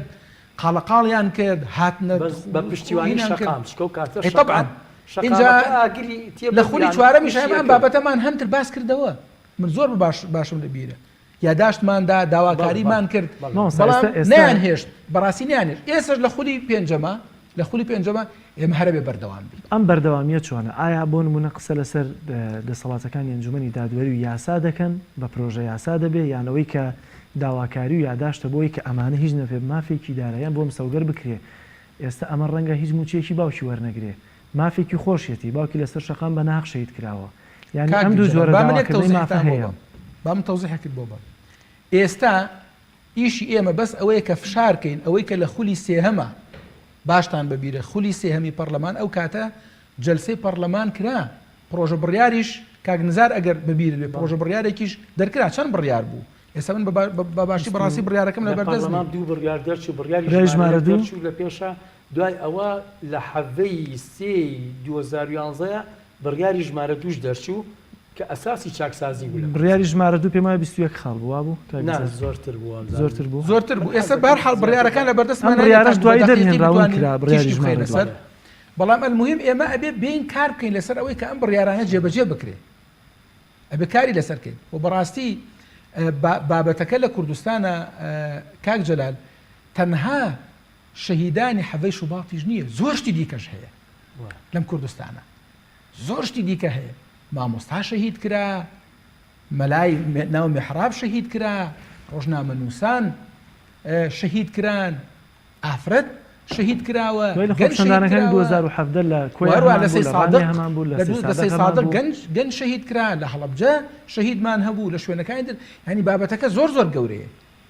بەڵێ ئەوەی کە زۆر زەقە شەهیدانی سەربەرزی حەڤەی شوباط و ڕۆژانی دوایی، بەڵام بابەتی تریش زۆر زۆرە کەواتە ئێمە وەکو ئەرزم کردی ئەم گلەیەی کاک حاجەیەکەوە باقی کە سوکاری سەربەرزی شەهیدان گلەیەکان لەژێ خۆیەتی. بەڕاستی ئەبێ ئێمە بە تایبەتی بزوتنەوەی گۆڕان و کۆمەڵی ئیسلامی و یەکگرتووی ئیسلامی کە ئەو کاتە شەقام پشتیوانێکی گەورەی لە ئێمە ئەکرد. طبعاً ئێمە خۆشمان بەشێک بوو لە شەقام، خۆ ئێمە خۆمان بەجیا ناگری لە شەقام، ئێمە لە پێشەوە بووین. کاکە من لە یەک ڕۆژە 2 جار گیرام لەم شاری سلێمانی، بەیانی گیرام ئێوارە بەریاندام هەمتر ئێوارە گرتمیانەوە لەسەر ئەوەی کە بەشداریمان لە سەرای ئازادی کرد و بووینە پێشەنگی ئەو خەڵک. ئەو بەڕێزانە خۆیان ئەزانن بوونی مامۆستایانی مێزەرە بەسەر دەور و کاریگەری و تەسیرێکی هەبوو لە ناو خۆپیشاندانەکان. دێمە سەر ئەوە کە ئەو کات ڕۆڵتانە هەبوو، ئێسش دەبێت ڕۆڵتان چۆن. ئێمە بەڕاستی ینی ئەوە شتێک نییە کە وەک بڵێ بمانەوە بڵێن ئەمە چاکەیەکە یەکەی نەخێر، ئەمە ئەرکێکی سەرشانمانە. بە تایبەت منێک کە هەڵگیری ئایدیایەک و سیاسەتێکی ئیسلامی و نایشارمەوە، سیاسەتێک کە هەڵقوڵاوی قورآن و سنەتی پێغەمبەرە صلی الله علیه و سلم، دیفاعکردن لە خەڵکی چەوساوە، دیفاعکردن لە خەڵکی هەژار واجبێکی شەرعی ئێمەیە، واجبێکی شەرعی ئێمە. و ئێمە ئەو کاتەش بەڕاستی کە چووینە سەرای ئازادی هەر ئەو پاڵنەرە بوو وای لێکردین کە لە ناو ماڵەکانی خۆمان پێڕانەگیرە کە بەڕاستی کۆمەڵە مامۆسایە بووین کە خۆت ئەزانی بە پەنجەکانی دەست هەژمار ئەکراین کە خۆمان پێڕانەگیرە و چوینە بەرەی گەر. زۆر سپاس مامۆستا. بەڵام ئەبێ ئەمە بەردەوام بێ و ئەو گلەیانە بەڕاستی لێرەوە ئەبێ قیاداتی ئەم سێ حیزب ئەم گلەیەی کاک حاجی ببیستن و بیکەنە پاکێجێکی گەورە و بیکەنە خاڵێک لە خاڵک گەورەکانی خۆیان بۆ مفاوزاتکردن لەگەڵ سەرانی حکوومەت. زۆر باشە. بۆیە گلەی لە مامۆستاکەم و لە هەموو ئەندام پەرلەمانەکانی ئۆپۆزیسیۆن ئەمانە نوێنەری ئێمە بوون، ئەمانە دەمسوی دەمڕاستی ئێمە بوون. ئێمە بۆیە دەنگمان پێدان بووی چاکسازی حاجینەکیەوە هەر تاکیشی ئەم هەرێمە کە دەنگی بە پەرلەمانتارێک داوە مافی خۆیەتی گلەی لێ بکە و داوای لێ بکە و یەخەی بگرێ. بەڵام پەرلەمانتاری مافی خۆیەتی کە تەوزیح بات وانی ئەگەر من کە تۆ دەنگت پێداوم لە ناو هۆڵی پەرلەمانە مووقیفەکانی خۆم فرۆشت بێت و باشە زۆر باشە. ئەگەر من سکوت کرابم لە مقابلی وەرگرتنی پارە و ئیمتیازاتاو، ئەگەر من دەنگم لێ بەرز نەبوو بێتەوە، ئەگەر من دیفاعم نەکرد بێ ئەوە حەقە. بەڵام من چەندجا لە ناو هۆڵی پەرلەمانە پڕ بە گەروی خۆم هاوارم کردم بەڕێز سەرۆکی پەرلەمان، بەڕێز دەستەی سەرۆکایەتی، من هەورامان گەشێنەی نوێنەری سەرای ئازادیم، من شانازی پێوەکەم لە سەرای ئازادی بوو، من داوای حەقی خوێنی ئەو شەهیدانە ئەەکەم. چەند جار وتومە خۆ لە پرۆتۆکۆلا بڕۆسەیری کە بزانە وتن ئێمە بە ئەرکی سەرشانی خۆمان هەڵساوین، ئەمما چەندێک ئیشەکەمان سەری گرتووە ئەوە خاڵێکی ترە. ئێستا بۆ نمونە ئێمە زیاد لە 6 ڕۆژ کاک نزار کاک حاجی زیاد لە 6 ڕۆژ ئێمە لە سەرای ئازادی نەبووین، ئێمە لەسەر شەقام نەبووین. باشە هیچی جێبەجێ کرا؟ یەک خاڵی شویان بۆ جێبەجێ نەکرا بەڵام ئایا ئەمە بێگلەی لە خۆمان بکەین ئێمە چی بکەین کاک ئێمە بە ئەرکی سەرشانی خۆمان هەڵساوین خوای گەورە 124,000 پێغەمبەری خۆی ناردو عەلەیهی سەلام داوای چاکسازیان کردو داوای خواپەرستیان کردو قەومەکەی خۆیان وەڵامیان نەداونەتەوە کاک تۆ بێگلەی لە پێغەمبەرانی خوا بکەی بڵێ بۆ وەڵامتان وەرنەگر نەخێر بەس کاتێک گلەی لە ئێمە بکرێ کە ئێمە هەوڵمان نەدابێ بەڕاستی کاک جەلال ئەسڵەن یەکێک لەو هۆکارانی کە ئێمە هەمیشە شەڕمان لەسەر کردووە لەگەڵ پەرلەمانتارەکان و لەگەڵ دەسەڵاتە ئەم بابەتە بووە هەمیشە وێردی سەر زمانمان بۆ بەڕاستی زۆر باشە مامۆستا گەندەستەکان خۆش بە کاکزار بەگامەژت پێکرد ئێستا وەزە خراپترە بۆچی دەبێت ئێستا وەزە خراپترێ هەفتەی شوبات ئەگەر نەیتوانی بە گۆڕانکاری دروست بکات ئێستا ئەو جمجوڵەی کە هەیە کە کەمترە لە هەفتەی شوبات هەم چالاکوانەکان ڕەنگە هەم ئۆپۆزیسیۆن و کاتێک هەم سەرەتا بوو هەم ئۆپۆزیسیۆنێکی زۆر بەهێزتر بوو هەم لە ڕووی کورسی و ینی ئەوەشەوە بەهێز بوون کورسەکانی پەرلەمانیان ینی ئەگەر بە هەفتەی شوبات و تەوژمەکەی هەفتەی شوبات نەکرابێ و گۆڕانکاریانە یا ئەو وەرگرتنی مافانە ئێستا چی دەکرێت ئێستا توانرێت چی بکرێت کاژە هەموو کاتێک بۆ ئیشی خەباتی مەدەنی درەنگ نییە و هەموو کاتێک مستحیل نییە لە سیاسەتە و لە کۆمەلگا و لە ئیرادەی ئینسانە من ئەو گلەیانی کە کاک حاجی کردی وەکو ئایلەی ماڵە شەهید کە پەرلەمانتاران هاتوون نهاتوون تەمان ئەو خۆ ئازارێک لە دڵگایەتی و من زۆر تێکەڵاویانم من ئەزانم کە ئەو ئازارە چۆنەوە گلەیەکانیشان بەڕاستی حەقە یاعما مەسا ئێمە ئەبێ ئەتراف بکەین بەڵام ئەم گلەیە ڕوبەڕووی تەنها ئێوە نابێت وەکو پەرلەمانتاران گلەی لە هەرسێ حیزبەکە ئەکرێت چکە پاکێجیان هەیە و ئەم پاکێجانە ئەوەیە کە چاکسازی لە کوردستانە بکەن و بڕیاریان ناوە چاکسازی بکەن و وعدیان ناوە چاکسازی بکەن و هەر لادانێکیش لە و لەو وعدانە ئەبێ بە مایەی خەفەت و ئازار و چڕبوونەوەی فرمێسکەکانی ئەنەس و هینەکانی ئێمەش گلەیەکانی ئێمەش و گلەکانی کاک حاجیش من سەبارەت بۆی کەوا ماڵە شەیدەکان خۆیان نەتوان قسەی خۆیان بکەنەوە دوونیە نەریان لێرە توان قسەکەن بەڵام ئێمە ژۆکو چالاکانی کۆمەلگای مەدەنی بەڕاستی پێویستیمان بەوەیەکەوە هەندێک قسە بکەین لەسەر ئەدای پەرلەمانەکان خولی سێمی پەرلەمان وازام ئێوە خولی چوارەم بوون مامۆستا خولی چوارەم بوونەوە لە خولی سێمە طبعا پەرلەمانێک هەڵبژێرا ڕاستە کۆمەڵە گۆڕانکاریان دروست کرد کۆمەڵێ ئەوەیان کردکەوە پەرلەمان نەبێ بە شوێنی خەوتن و شوێنی دەسەڵ بڕین و شوێنی بەڵێ هەندێ پەرلەمان وای هەل تۆزە لە پەرلەمان بچێ بەڵام ئەوەی کە ڕوحی کرد بە بەردەمی پەرلەمانە وای لە تاریخ کە بنووسێ بەڵێ لە خولی سێمی پەرلەمان لە کوردستانە پەرلەمان دروست بوو ئەوە شەقام بوو ئەوە حەڤەی شوبات بوو ئەوە سەرای ئازادی بوو چونکە ئەگەر سەرای ئازادی نەبووایە ئەو پەرلەمانە نەئەبوو بەوەی کەوا شەرەفی دەرکردنی بڕیاری ژمارە 1 و 2 هەبێت بە هیچ شێوەیەک نەئەو بە ساحیبی ئەو وەلەو سێ حزبی ئۆپۆزیسیۆنیشە بوو بەڵام لە حیاتە چای بەوە نائەکەو کە تاریخ بۆی بنووسێ بەڵێ خولی سێمی پەرلەمانی کوردستان بڕیاری ژمارە 2 دەرکرد کە ئەگەر جێبەجێ بکرێ وڵاتێکی زۆر گەورە و گرانمان دروستە بوو و ئێستا وامان لێ نەهات بە شەو ڕۆژێک دەوڵەتی عێراقی هەڵمان لوشێل دوای ئەو ڕیفراندۆمەی کە کراوە سیاسەتی لە پشتەوە خۆپشاندانەکانی حەڤەی شواب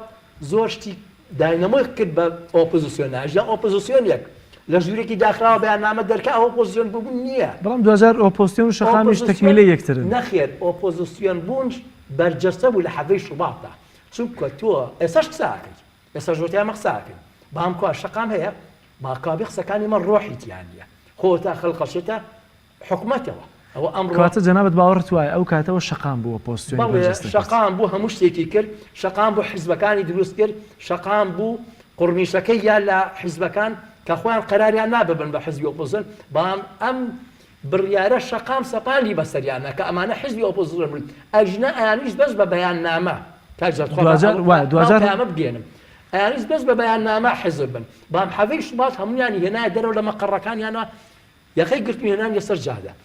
لە خولی سێمی پەرلەمانە بڕیاری ژمارە 1 دەرچوو لە 23ە 23/2/2011 معنای 6 ڕۆژ ئێمە لە شەقام بووین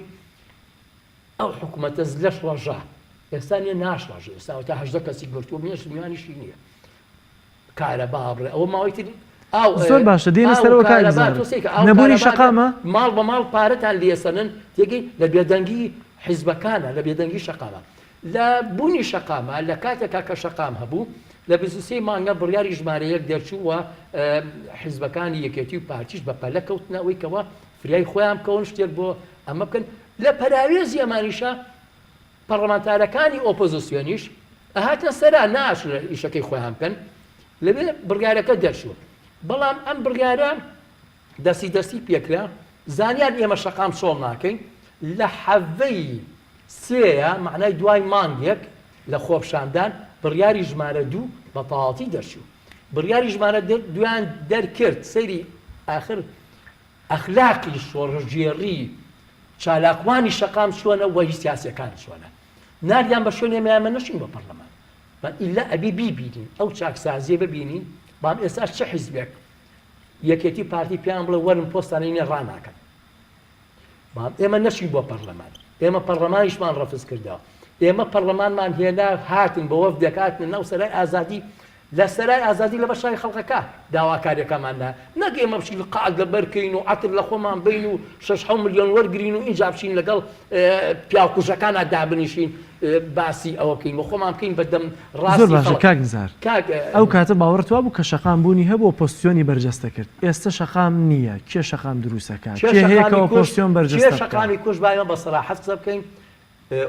ئەو سێ حزبەی ئۆپۆزیسیۆن بە هیچ شێوەیەک لەگەڵ شەقامان نەبوون بە هیچ شێوەیەک لەگەڵ ئەوەیان نەبوون خەڵکی شەقامیان دروست کرد خەڵکی مزەیەف خەڵکێکە بە یەک ڕۆژ هاوجێتە خۆپشاندان وەستاندان پەرلەمانتارە یەکجار من کە مۆبایل ئەبم بۆ خۆپشاندان مۆبایلەکە لە ماڵەدایم چکۆ دەری ئێهێنن ئەیگرن طبعا خۆم ئەگرن مۆبایلەکەشت ئەگرن جوان جوان سعیتیاکەن هەموو فایلەکانی ئەەکەن بزانش ئێمە هەبە وەکو بڵین بۆ فلیم چوو بێت بۆ خۆپشاندان شو تەسویری کردووە یعنی ئێمە مۆبایل لە ماڵە دابین بەڵام جەنابی ئەوەی کە مڕەشەح بێ بۆ پەرلەمانتار بچێ چی بکات تەسویری پێ بکات ئەمە کارەسات یعنن تۆ نەتوانیت حیزب و شەقام تێکەڵاو بکەیت دائیمەش کوشتنی شەقام بەردەوام بووە لە یەکەم ڕۆژەوە دوم ڕۆژەوە لەبەی کە لە بڕیاری ژمارە 2 شاکە دەرچوو دوای خۆپشان یان حەڤەی سێ ئێمە حەڤەی 4 لە شەقام بووین حەڤەی 5 لە شەقام بووین تا سێمان ئێمە لە شەقام بووین بام پەرلەمانتارەکانی خولی سێ ڕاستە سیاغی پەرلەمانهینەکەیان کردەوە بڕیاری ژمارە 2 کردەوە بەڵام لەوێ نەیانتوانی لەگەڵ ئێمە تەنسیق بکەن بە زەختی ئێمە بە بوونی ئێمە بە فشاری ئێمە ئەوانش لەوێەوە ئەو بڕیارە بکەن بخەنە بواری جێبەجێکردنەوە هەتا بڕیاری ژمارەشی تەواو بوو بڵین خولی سێم تەواو بوو خولی 4 هات کە مامۆستا جەنابیان لەوێ بووە و کۆمەڵە پەرلەمانتاری تری گۆڕان و کۆمەڵ و یەکگرتوش چوونە ئەوێ ئەمانە وازان لە کەیسەکەی هێنابوو ئێمە وەکو شەقام چوینە پەرلەمانی ئێرە سلەیمانی بڵین نووسینگەی سلەیمانی ئەو کاتێک مامۆستا عومەر عنایەتی لێبوو کاک سۆران عومەری لێبوو کە خۆشی لە حەڤەی شوباتا لەگەڵمانە بوو ئەو کاتە چالاگوان بوو و هەروە بێتەوە دکتۆر شێرکۆ لەگەڵ چەند پەرلەمانتارێکی تیاوە ئێمە بە خۆپشاندان بەم شێوەیە لە بڵین لە مەراسیم یادی حەڤەی شوباتەوە چوینەوە لایەن و داوامان لێکردن کە ئەبێ ئەم بڕیاری ژمارە 2 زینوکەنەوە و بیخەنە بواری جێبەجێکردنەوە کە خولی سێم نەیکرد ئێوە ئەبێ بیکەن وە کردیشیان یان خوا هەڵناگرێت 50 زایدێکیشان بۆ کۆ کردەوە یان بەڵام کوا دیسان ئەبێ پرسیارەکە لە مامۆستا بکەین زۆر باش ئاخر ئەگە پرسیارەکە لەو بکەمە بە هەمان شێواز وەک پێشتر ئاماژەی پێکرد هی ئەوەیە کە بۆ منە ڕێژەی کورسیەکانیان کەمە دوجار بەرپرسیارەتێکی تر هیچ ڕێژەی کورسەکان نەبوو ئێمە ئێستا بۆ منە لە ئێستا ڕێژەی کاک ئێرجەراجان ئێستا من نییە حکومەت دەریان نەکردن پەرلەمانیان دەرنەکرد خۆ ئەمە نییە لەبەرەوەی ڕێژەی کورسەکانیان نەبێت حتا با بڵین وەکو مەلا بەختیار وتی یەک کورسیشانە بێ مانارەوە دەسەڵاتن تۆ ئەبێ بە چی بیانگری بە شەقام بیانگری بەڵام چێ شەقامی کوشت چێ من جۆن ئەندامێکی سەرکردایەتی یەکگرتوو بۆ خۆی وتی ئێمە کارتەکانی شەقامان سووتان احترافێکی جوان و ڕێکوپلەکە ئەژینا بەهێز تۆ بڵین ئەوان چەک و تەقەمەنی و سیلاح و فیشەکە ژەرنایەکانی شەڕی ناوخۆیان کۆکردێتەوە دەوڵەتی یەقلیمیان لایە و خەڵکی پێترسێن و حکم ڕانی خۆیان پێڕاگەزن چکەوانە بە زەبری هێز حکم ڕانی ڕاگرن نەک بە زەبری سنووقی انتخاب ئەمەش بەرپرسیارەتێکی ئاسان نییە بۆ ئۆپۆزیسیۆن سەیریکە با من قسەکەم پەیامەکەم بەدەری کابراڵێ پەیامەکەم بگێنم حیزبەکانی دەسەڵات ئەزانی چۆن خۆیان ڕائگرن بەڵام حیزبەکانی تر دەرەوە یەکێتی پارتی تەنها یەک هێزیان هەیە کە لە چەکینەوەیش بەقوەترە بۆ ناوخۆ چکۆ کاتی حوسنی مبارەک ڕای کرد چەک و ئەسلیحەکەی بەجێهێشت چەک و ئەسلیحەکەشی زڵی وەستانەوە شەقام مهم بە بۆ ئەو حیزبانەی دەرەوەی یەکێتی پارتی هەر حیزبێکیش بیەوێت بە ناوی ئەوەی کە ئێستا دروست بوو بیەوێ بە هەر بە دروشم و دروشتکاری خۆی با بە ئۆپۆزیسیۆن و دروشتمی پۆپۆلیستی بڵێتەوە بریقەیار بڵێتەوە ئێمە وامان کرد ئەمە ناخوا ئیلا بێ شەقام لە شەقاما بێ و بێ شەقام بجوڵێنێ چونکە چەکی شەقام بەدەست هەر حیزبێکەوە بێ ئەو حیزبەش ڕاماڵێکە لە دەسەڵاتدا جەنابەت شالەوانێکی لە شەقامە ئایا تا چەندە ئەو شەقامەش لە پشتی ئەو سێلایەنە یالایەن ئۆپۆزیسیۆنەکانەوە بۆنمونە لە دوانزەی ئایار بانگەوازی خۆپشاندانێکی بەرفراوانیان کرد لە سەرەوەی کە دەنگەکان دزراون لە سەرەوەی کە دەنگی هاوڵاتی دزراوە چەند نەفەر لە بەردەم UN لە هەولێرا کۆبوونەوە آخر ئەزانی چۆنە هەمووی ناومێدیش کاکە ناومێدی لە هەفتەی شوبات لە هەولێر داوای خۆپشاندان کرا چەند کەس کۆبوویەوە زۆر جار ئەوە باشە من یەک شی پێ بڵم ئەی بۆچی باوکی ئەنەزارێکتر ئەمەشمان هەیە ئەی چەند تو باشە لەوانەی خۆپشاندانەکانی حەفەی شوبات تۆ ماڵی حاجی عەلی دیوە ماڵی شێخ زایر و ماڵی دیوە هەمووی ماڵی فەقیرن کوانێ بۆچی کوڕە مەسئولێک ناکوژرێت مەسئولێک بەرفی شەک ناوێت لە خۆپشاندانەکانە کوڕە پەرلەمانتارێک بۆ نابێت بۆچی دنیا بێ بە دوو بەشەوە هەژارەکان تیابچن لە پێناوی ئەوەی کەوا کۆمەڵێک پیانە سەرکەوێ بۆ ئەوەی کە لە هەفتەی شوبات ڕوویدا زۆر جار پرسیار لەسەر ئۆپۆزیسیۆنیش دروستەکرا من قەتگلەیی لە خەڵک ناکەم چکۆ خەڵک پێویستی بە سەرکردەیە سەرکردە خەڵک ئاڕاستە ئەکا تۆ سەرکردەکانمان کووە خەوتون خەڵقێکی داماوچی پێ خۆپشاندانی نەکرد بەهۆی حەفەی شوباتەوە سێ حیزبەکەی زۆر نەبوون بە ساحێبی زەخامەت یەکێتی پارتی کوڕنووشی بۆ کۆمەڵ و یەکگرت و هین نەبرد پاکێج و پاکێجکاری مفاوەزات و مفاوەزاتکاری وازە لە شەقام لێ ناکەوتنەوە لای هاتنەوە بە لای یەکێتی پارتی بۆی کەوا مفاوەزاتکەن کاکە شەقام ئەبێ زونی و ڕوحی شەقام ئەبێ دائیمە زونی بێ و دائیمە هەبێ و بەبێ شەقام ئەم چاکسازی کە ئەیلی نابێ بۆ بە قسە ناکرێ دوجار محەممەد شەقامیش عەرە بۆکو تارە وایە تاری کۆپتەر وایە دەنگێکی زلی لێوە ڕاد ئاخرجار جوڵەیەکی بچکۆدا ئێمە ئەم جوڵەیەمان ئەبینی من ئەنەسم بینی ئێستا زۆر متەئەسیرم بە ئەوەی کە ئەگەر تۆزێک بەهینە قسە بکەم ئەنەسم بینی بە باوەشی دایکیەوە بوو لە حەڤەی شوباتی 2011 ئێستا ئەیبینم بۆ بیبینم ئێستا ماشەڵڵا کوڕێکی گەورەیە بیبینم پیاوێکی شەو هەر ئەم نظامە هەر بمێنیە هەر خەڵک بڕوا بۆ پەرلەمان و بێ بە وەزیر و بێ بە حکومەت و ئەنەسیش لەگەڵ خەمەکانی خۆیان گەورە بێ تا پیرە بێ بۆ شەقام هیچ بەرپرسیارەتیش یەکەوێتە سەرشان بەرابەرەوەی کە لایەنی ئۆپۆزیسیۆنە بێ لایەنی ئۆپۆزیسیۆن بەچی دەبێتەوە ئۆپۆزیسیۆن لەسەری بۆ کردوێتی و ئێستاژەی کات و ئێستاش بەیانی بەڵام ئەوەی کە بینیمان حەڤەی شوات ناکەینەوە بەڕووتی یادی حەڤەی شوات دەکەینەوە و یاداشیشمانەیە بۆ پەرلەمانی کوردستان بۆ ئەوەی کەوا ئەو جیراوانی شیلازیە بەربم چونکە ئازادی خوازەکانمان ئێستا لە شیلازیە گیراون و حیزبەکانیشمان خەریکی کێک تەوزیعکردن زۆر باشە منش دێمە سەر ئەوە باشە کاکنزار زۆر سپاس کاک جەلال من ماساڵمان زۆر بە کورتی چکە دەچمە لای وڵای بە کورتی لەبەرەوە کە بەڕاستی خەڵک ئێمە ئەبێ بەڕاستی ئەهلی ئینساف بین ئێمە کە مادام لە سەراکانی ئازادی لەو کەسانە بووین کە دروشمی ئازادی و دروشمی عەدالەتمان بەرز کردەوە ئەبێ خۆشمان عادل بین ئەم حکومدانە یەکجار بەسەر هەموو کەسێکە ئەمە پێی ناوەترە ئینساف بەڕاستی من حەقم نییە بەڕاستی پیاوی و کاگنزار کە پێم وایە لە سەرای ئازادی هەنگاوە لە پێشی منەوە نەبووە بەڵکو من لە پێشی ئەو خەڵکەوە بووین ئێمە ئەو مامۆستا بەڕێزانە ئەگەر وانە بڵێن وانە ئێمە معڕز بووین بۆ کوژران معڕز بووین بۆ شەهید بوون معڕز بووین بۆ بریندار بوون معڕز بووین ئیختیطافیان کردین و ئیلی ئاخری بەڕاستی ئێمە قەت خۆمان بە جیاواز لە شەقام نەزانیوە و ناشزانی من لێران محامی هیچ حیزبێکی تر نیم و پەرلەمانتاری هیچ حیزبێکی تر نیم بەڵام ئەوەی کە ئەمەوێ لێرا بڵێم ئەو واقعەیە و ئەو حەقەیە کە بەچای خۆم بینیومە ئێمە وەکو پەرلەمانتارانی کۆمەڵی ئیسلامی 6 ئەندام پەرلەمان بووین لە خولی چوارەم بەقەت بە شاهدی خەڵک بە شاهدی دۆست و دوژمن بە ئەندازەی 6 ئەندام پەرلەمان دیفاعمان لە خەڵکی چەوسا و مستەضعەف کردووە ئەسڵەن شەڕی ئێمە هەمووی لەسەر شەقام بووە لە دوایەوەی کە بووین بە ئەندامی پەرلەمانیش ئێمە لە سەی سادقە تازە سوێن یاسایمان خوارد بوو کاک نزار دیکۆمنتەکان هەن و گرتە ڤیدۆیەکان هەن من و کاک سۆران و کاک شێخ فەخرەدین خەریب و شەهید بکرێت من لە کاتێکا کە ئەندامی پەرلەمان بوو من لە هەڵەبجار 12 جۆر خەردەل کراوە بە قوڕما بۆ جارێکی تر کە بوومەوە بە ئەندام پەرلەمان لە ناو جەرگەی سێ سادقا خەردەلێکی تر کراوە بە قوڕگی منە بۆ معلوماتت ئەو زەهرەی کە چوو بە قورجی ئێمە لە ناو سەی سادقا کە لە پێشی جەماوەرەوە بووین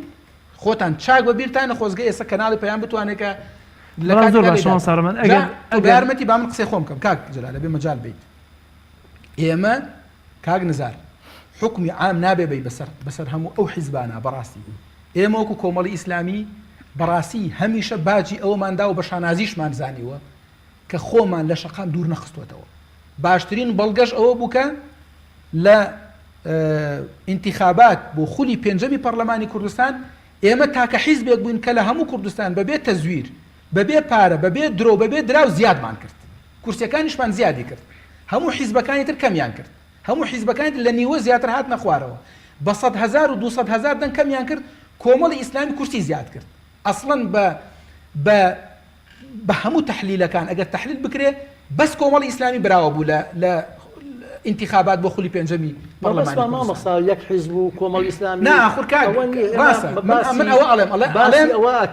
کاک نزار تۆ ئەگەر حیزبێکیش مووقیفی بوو بێ لەگەڵتان نابێ ئەو حیزبە بێ هیوای ئەوەی منیش کردومە ناکاتە یەک قەترە فرمێسکی چاوی ئەنەس و یەک دڵۆپ خوێنی شەهید بابزانین ئێمەش کردومانە بەڵام ئێمە کێشەکەمان لەوەیە ئەمانە ئەم حیزبانە تێبگەینین و جەنابیشت ئەبی ئەو پەیامە بگەینیت وە خۆشت هەر بۆ ئەو کاروانە کارت کردووە کە ئەم پەیامە بگات کە شەقام گرنگە و هیچ ئەمانە چاکسازیان جەنابیشت و جەماوەریش بزانن کە ئێمە هەر ئەو دەنگەین کە لە سەرەی ئازادی بووین بەڵام دەنگەکەمان کۆمەڵی ئیسلامی کە جەماوەرەکە بای 7 کورسی دەنگ بە من ئەدا و بای 45 کورسی دەنگ بە پارتی ئەدا من چی بکەم بەڵام بۆ جاوامی تەزویرە مامەستا چۆن نەبێتەوە گریمان 15 کورسی تەزویر ئەمە دوو هۆی گریمان 15 کورسی تەزویر و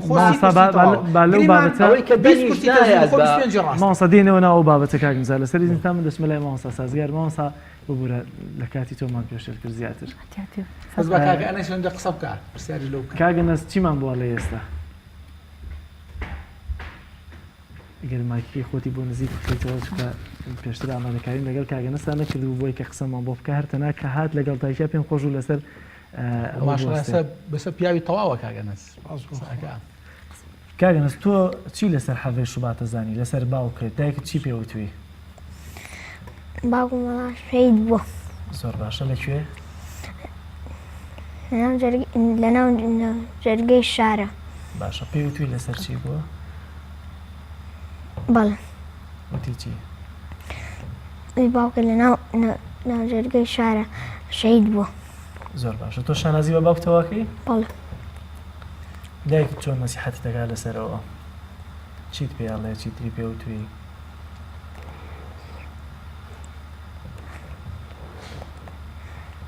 حەزت دەکرد باوکت ببینی باە بەڵێ چیت پێدەوت مەگەر باوکم ئێستا لەلام بووایە باشم پیاکردا چیت پێوت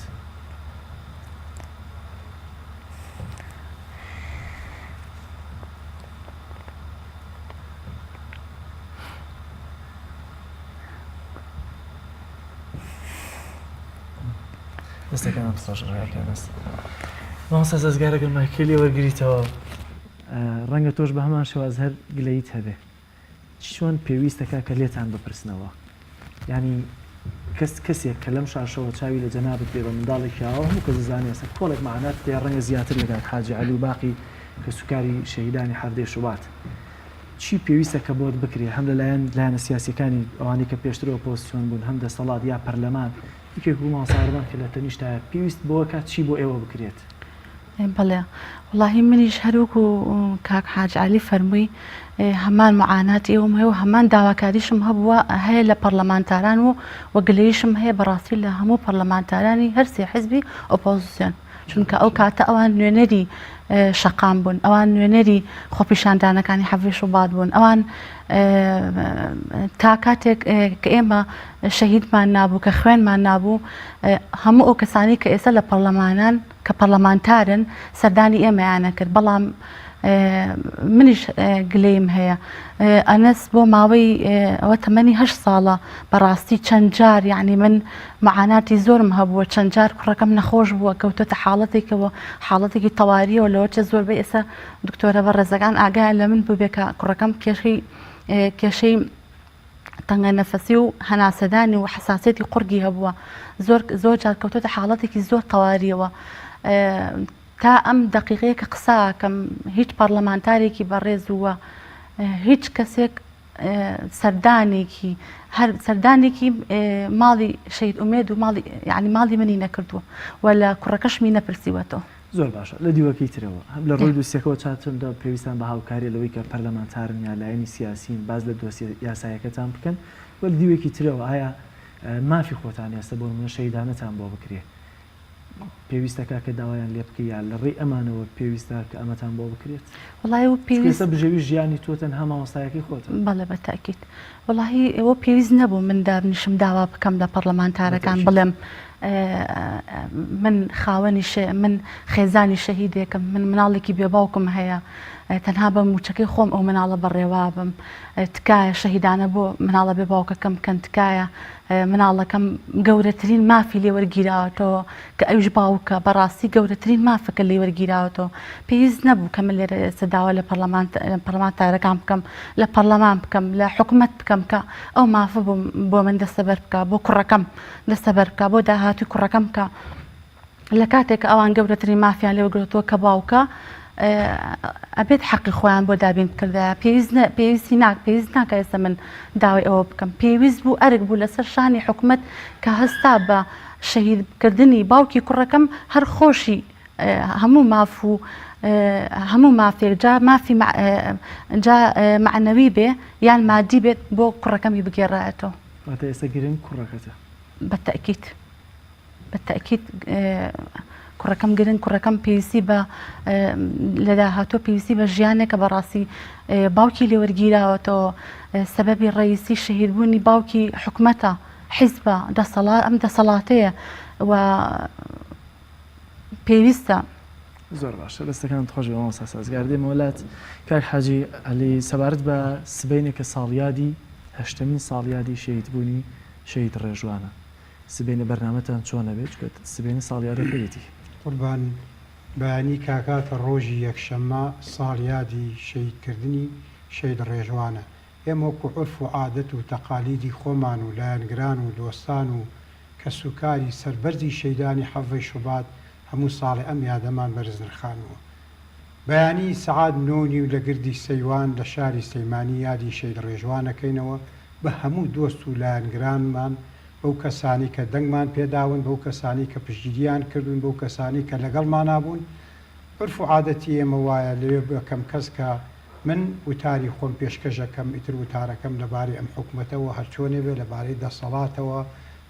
لەبارەی لایەنگرانەوە قسەی خۆمەکەم دوای ئەوە چەند کەسێک کە ئازادن بە ئارزوی خۆیان قسەی خۆیان گلەی خۆیان بگێنێ دوای ئەوەش سەعات 2 لە هۆڵی ڕۆشنبیری لە شاری سلێمانی وەکو عورف و عادەتمان هەموو ساڵیادمان کردوێتەوە لایەنگران و دۆستانمان لە هەموو چواردەوری کوردستان و سلێمانی و هەولێر و کۆیە و قەڵازێ و ڕانی و گەرمانەوە هاتوون بۆ لامان و ئەو یادەژەکەینەوە چەندها خەڵاتی بەڕێز پێشکەشەکەین بەو کەسانی کە دۆستمان بوون بەو کەسانی کە لایەنگرمان بوون بەو کەسانی کە دەنگ و ڕەنگیان خۆ پاڵدەنگ و ڕێی خۆمان هیچ ڕێگریەکتان لێکراوە چکۆ کانیزار هەندێک لەو شتانەی باز دەکرد کە ڕێگریتان لێکرێت قوربان ئەو ڕێگرانە شتێکی بەسیتە ئێمەش وەکو کەسوکاری شەیدانی حەڤەی شوبات ئەوە فەقیر و دەسەوسانین ئێمە چەند فلێکس و چەندەها ڕەسمیمان بەشی 10 ساڵی کەشمان ئیسینساخ کردو تەبع کردووە بەوە نابێ بڵێن ئەم وەڵام دەسەڵات و ئاسایی ڕێگەمان لێکا ڕێمان لێگرێت نه ئێمەش ئەوە فەقیر و داماونی مشوری خۆمانمان خستەوە وەکو خۆم تا 10 ساڵی کەش تا 2030 ڕسمی شەی ڕێژوان و فلێکس و هەموو شتێکم ئامادەگەر و حازر کاگەنم ساڵیادا برینتان تازا بێتەوە قوربان نەخێر بە یادکردنەوەی شەیدەکانمان و بە دۆستان و بە لایەنگرانمان ئێمە جارێککە ئەوگە خۆمان بەسەر بەرزەزانین کە ئەم دۆسەیەمان نەمرانوە ئەم دۆسەی ساڵ بە ساڵ زوونی ئەەکەینەوە بە خۆشحاڵی و بەسەر بەرزیشەوە شانازیشی پێوەکەین من وەکو خۆمەکو حاجی عەلی شەیدانی حەڤەی شوباد و کاروانی هەمووی بە ڕۆڵەی خۆمەزانم کە سمبولی شەیدانی حەڤەی شوباد شەی ڕێژوانە ئەگەر شەی ڕێژوان شەید نەکرایە ئەم گەنج و لاوانی تری شەید ناکرا و ناگەشتمەوە لەبەرەوەی شانازی بە هەر هەمویانەکەم هەر هەمووشان بە ڕۆڵی خۆمەزانم هەندێک گلەیتان لە پەرلەمانتار و لە سێلانی ئۆپۆزیسیۆن دەکرد گلەیتان خۆ لە ئەعلامەکانیان یە میدیاکانیان قوربان من وەکو خۆم ئەگەر گلەیش بکەم لە پاڵ دۆستایەتی کەم ئێمە ژەر دۆستی ئەوەن فەرقی نییە وەکو میدیاکان چکە هەموو ساڵێک لەگەڵ چانە بوو بەڵێ بزوتنەوەی گۆڕان کۆمەڵی ئیسلامی یەکگرتووی ئیسلامی من زۆر دەستخۆشیان لێکم کە ئێمە بەسەرەکەنەوە بەڕاستی ئیسپاتێکن کەەوە دڵسۆزیە من جا من گلەی لە مامۆسا هەورامان کەم باشە تاوکو و کابرایشی پارتوێشێتی چونکە بۆ من دەنگم بەم داوە کاکە من وەکو خانەوادەی خۆم دەنگم بە هەرسی حیزبەکەدا بە گۆڕان بە کۆمەڵی ئیسلامی بە یەکگرتووی ئیسلامی چونکە هەر هەمیان بەدەمسی لەم ڕاستی خۆمەزانم من ئەمانە بە کەسی خۆمەزانم ئەو ڕۆژەی کە بانی یادەکەمەوە ئەمانە کەس و کاری من کێنە سەر قابلان لەگەڵ منە ئەوەسن و یادەکەم بە بەرز و بە جوانی ئەنرخێنن گلەیشکم گلەیەکانیشم وابزانم هیچی تیانێ و حەقی خۆشم و من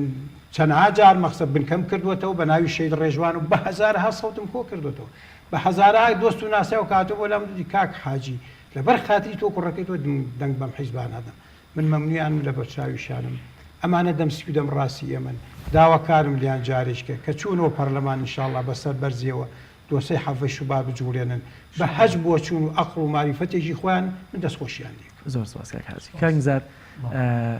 ئەوەی کە ئێستا پێویستە بکرێ لە شەقامە خەبات چی بکرێ بۆی کە ئەگەر قەرار بێت جوڵەی شەقام لە ئارەیە بێ بۆ دەستەبەرکردنی ماف و خواست و داواکاریەکانیان جارێکی تر خوێنی کەس نەڕژێت ئایا ئەمە تا چەندە پێویستی بە شناس یا ناسینی بەرامبەرەکانیەت یا ناسینی دەسەڵاتە چونکە بینیمان لە بەرامبەر شکانی هەندێک جام داوایان کرد هەندێک پەنجەرەی بارگاکانە خەڵکیان کوشت چۆن پێویستە خەباتێک بکرێ کە هەم بەرامبەرەکە بناسیێنی کە دەسەڵاتە و هەم ینی دروشمەکان یا خواستەکان جێبەجێ بکرێت بەڵێ ئەو پرسیارێکی زۆر ڕاستە زۆر جوانە واقعی ئەمڕۆ ئێمە چی بکەین بۆی کەوا شەقام بجوڵێت بووە شەقام هەناسیەکی تێبرێت چکۆگەر شەقام بمرێ کۆمەلگاکە خۆی ئەمرێ من پێ دەڵێم ئێستا سەراحەتەن شەقام ماندووە شەقام هیلاکە چالاکوانەکانی شەقام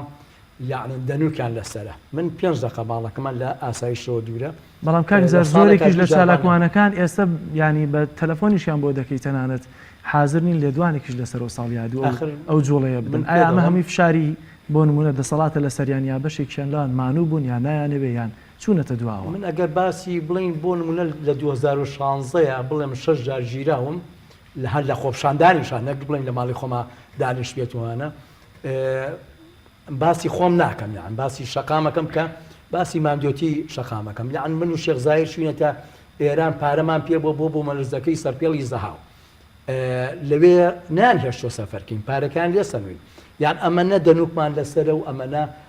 هینمان لەسەرە ئەمەنە بڵین کراینەتە ژێر چاودێریەوە لەبەر ئەوەی کە پێویستە ئەمڕۆ بڵین جوڵەیەک بک پەرلەمانتارەکانش کە خەڵک دەمی پیاون و حەسانیان هەیە و پاری باشیشان پێەیە ئێمە بە گیرفانی بەتاڵ و بەبیە حەسانە و بەم هەموو چاودێری و سەگە گورگەی دوو لە ڕووی ئێوە هی یەکێتی پارتی چوار دەوریان ناوین و چاوەڕێی جوڵەیەکی ئێماکەین بەڕاستی ئێمە و تا بەیانی شەر مەڕاستیمانەیە و داوای گیراوەکان ێواکەین کە بەڵام زەختی زۆر گەورە لە پەرلەمانەکەین لە پەرلەمانتارەکەین ڕین تۆ پەرلەمانتار فێر نەکەین فێری تەمەڵی نەکەین دەنەکە بێنێت و بۆ خۆی یان پێی وابێ پەرلەمانی پرۆژەیە پرۆژە نییە پەرلەمانتاری خەباتە پەرلەمانتارێتی بریتە لەوەی کەوا تۆ دنیا بگۆڕی و مافی خەڵک بسێنیتەوە بۆ ئەوە ئەچی ئەبیتە پەرلەمان ئێمە ئەمانەوێ پەرلەمانتارەکانمان لە ڕیزی پێشەوە بن بۆ لە بەرەوەی متمانیان بەدەستێناوە و ئەبێت لە ڕیزی پێشەوە بن و ئەوان تووشی سزا بن تووشی گرتن بن چکە ئەو ڕێگای خۆی هەڵی بژاریەوە لەوانەیە یەکێک ئەگەر ئەو ڕێگایی هەڵ نەبژاریوە سۆرفەلی و ئەڕوا تووشی شتێگە بێت لە خۆپشاندانە زۆر هینی لەسەر نەوە مادەم تۆ خۆ دەڵی من نوێنەری تۆم دەفەرم و پێشمکەوە سبێنە داوەتان کردوون ئێمە سبێنێ پەرلەمانتارەکان وعدیان ناوە کە بێنە سەر گۆڕی شەید ڕێژوان و لەیەوەشەوە بچین بۆ پەرلەمان و باسی ئەوە بکەین کە جیراوەکانی شیلازیە چیان بووەکەن ئایا هەر بەیاننامەیەگە نووسن و ئەیەنە دەست حکومەت و حکومەتیش بە بڕیاری 156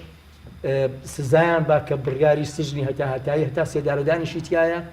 ئێمە ئەوە ناتوانین قوبوڵکەین و لە بەرچاوی خۆمانە هاوڕەکانمان بڵین تووشی ئەشکەندەی گەورە بێ چونکە ئەگەر من لەو بێدەن بم دوو ڕۆژتە سەری منی ژێت و ئەوەی لە منیش بێدەن بۆ تا ئێستا سەری خۆی یەکتاکیت یان ئەمە سلسلەیەکە ئێمە ئەو پرسیاری تۆ ئێمە نەوەستاوین لە چالاکی خۆمانە ئەوەست بەردەوامین خوای گەورەش لە قورئانە هینەکەی نازانم وەڵای ئەگەر مامۆستا بۆم ڕاستکاتەوە لا يكلف الله نفسا إلا وسعها ئێمە وسعی ئێمە بەڕاستی زۆر دیاری کراوە وسعێکی گەورەتر هەیە پەرلەمانتارەکانە ئەوەش هەر بۆ ئێمە بڵێ ئەوەش بۆ ئێمە ئیشاوە کەواتەوە سبەی جارێکی تر بۆ نمونە شەقامە کە پێویستی بە پەرلەمانە بەڕاستی دوای پەرلەمانتارەکان حیزبەکان و پەیامیشم بۆ ئەو حیزبانەیە کە ئاشنا حکومەتەوە بچن بەڵام ئەگەر دەرکران شەقام بجوڵێنن چونکە نەشنەوە بڵێ ئەمە هەڵوێستە وەڵا هەڵوێستمە بۆ لە ڕێگان لێگرین با بە هەڵوێ تۆ ڕێگان لێگرتی کێوە هەڵوێستە تۆ پۆستێکی گەورە و گزر و زەبەلا هەیە ڕێگان لێگرتووی چیتە ماڵ و دانیشتی ناوێریشتە هەڵێر ئەژێر هەڵوێستم هەیە ئەمە هەڵوێز نییە ئەبێ بچیت بە زەبری هێز بە زەبری هێزی جەماوەری بڕۆیتەوە بۆ هەولێر خەڵک بەرە لەگەڵ خۆتە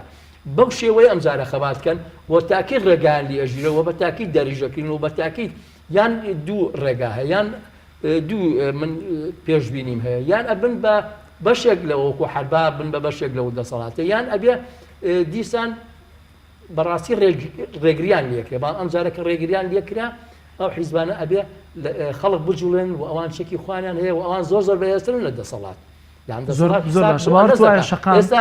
ئەنەسی بینی و لەم تەلەڤیزۆنەوە دەسەڵات حسابی بووەکە و داعشڵەکێت چونکە ئەنەس بریتە لە ویژدان کە ویژدانی ئەم کۆمەڵگایە جوڵە حیزبەکان یابینی بچوو دەبینەوە زانایە گەڵێ ئەڵێ ئێمە بۆیە بچووکین چونکە چۆکمان دیکتاتۆرەکان بۆیە گەورن لەبەرەوە ئێمە چۆکمان دایاوە دەبا هەسینە سەر پێ و کاتێ بینی دیکتاتۆرەکان پشکۆلەن زۆر باشە ئێستا شەقام باوەڕ توایە دەگاتەوە ئاستی ئەو شەقامی جاران چکە ئێستا تەنها داوایەوە کە ڕوبع موچەکەی هەڵوەشێتەوە جاران موچێت تەواویش لە کاتی خۆیان دەهات ئێستا داواکە موچەکە لە کاتی خۆیان بەقینە نیوەشە ینی باوەڕ توایە چوی بکەین بۆی کۆمەڵگایە شەقام ئەو وشیاری جارێکتر پێ بدرێتەوە کە بگاتەوە ئاستی لەسەر بۆ نمونە سیستەمی حکومڕانی بێتە سەر شەقام لەسەر هەندێک داواکاری گەورە لەسەر خزمەتگوزاری گەورەتر لەسەر ئاودانی بێتە سەر شەقام نەک تەنها لەسەر موچەکەی گیرفانی خۆی شەقام زیینی ئەبێتەوە وەچووکە چاری نییە بەدیلی نییە بەدیلی زیینی بوونەوەی شەقام مردنی شەقام و تەسلیم بوونەکە هیچ کەسی چوو هیچ کۆمەڵگایەک تەسلیم نابێ بە گەندەڵی هەموو کۆمەڵگایەک بە دوای باشتر و باشترە ئەگەڕێ و هیچ کۆمەڵگایەک ئاوڕ لە دواوە نایەتەوە کۆمەڵگای ئێمە کە ئێستا چین ئاوڕمان لە دواوە یاوەتەوە حەڤەی شوبات و سەردەمی حەڤەی شوبات ئەبین بە سەردەمێکی زێڕین چکۆ موچە هەبووە ئێستا کە موچە نییە کارەبا نییە خەڵک لە سایە 15 کەوتوتە دوای بڵین پشتی خەرتی هەژاریەوە یانەمە کارەساتی ئێمە سەرکردە پێویستە پێشڕەو بێ و ئەم حیزبانە پێویستە پێشڕەو بن و ئەو کاتە ئەشی بینیت شەقام زیینی ئەبێتەوە و شەقام ئەتوانێت وەلەو ناتوانین بڵین زیینیوە تشکۆ نەمردێ شەقام ماوە بەڵام مانی گرتووە ناز ئەکا ناچێ بۆ دەنگان ناچێ بۆ خۆپشاندان هەموو شتێکەکە ئەڵێ من ئەمەم کرد ئەوە لێ دەشوو ئەبێ ئەم حیزبانە نمونەی جوان پیشان بن بەڕاستی ئەگەر وەزیرێک بچێتە کابینەیەکەوە دوای ئەوە ببێ بە پارتی خەڵقەڵە بۆ دەنگی پێ بم بەڵام ئەگەر وەزیرێک ببینێ لەگەڵ منە لیان ئەخوا و ئەچێتە ژێر زیندانە و ئەمانە ئەڵێ با دەنگی زیاتر پێ بم حیزبێک لەگەڵ لە شەقاما بمێنێتەوە نەبێ بە پرۆژەیەک بۆ لێدانی ئەم کۆمەڵگایە ئەو کاتە خەڵک دەنگی پێەیە ئەو کاتە هەستانەوە دروست دەبێ ئەم کۆمەڵگایە ئەڵێ بەڵگەمەوێ ئەڵێ من زۆرم بەخشی بەڵام ئێستا بەڵگەمەوێت تۆ ئەبێ زۆر بەکوتی ببینم هیواتان قسە نییە هیواتان بەو هەیە کە لایەنانە بتوان لەو جۆرە بەڵگانە عرض بکەن ئەگەر ئەم لایەنانەش نیان بکەن ئەوە ئەبن بە بەشێک لە لە تاریخ هیواتان پێیان هەیە کە بتوانن ئەگەر بیکەن بیکەن ئەوە ئەبن بە بەشێک لە دروستکردنی تاریخ ئەگەر نەشیکەن ئەبن بە بەشێک لە پەراوێزی تاریخا بازەکرێ بە شەرپەوەڵا زۆر باشە هێشتا هیواتان پێیان ماوە ژان هێشتا هیواتان پێیان ماوە ئیمانمان چۆن نەماوە زۆر باشە. مامۆستا ئێستا کە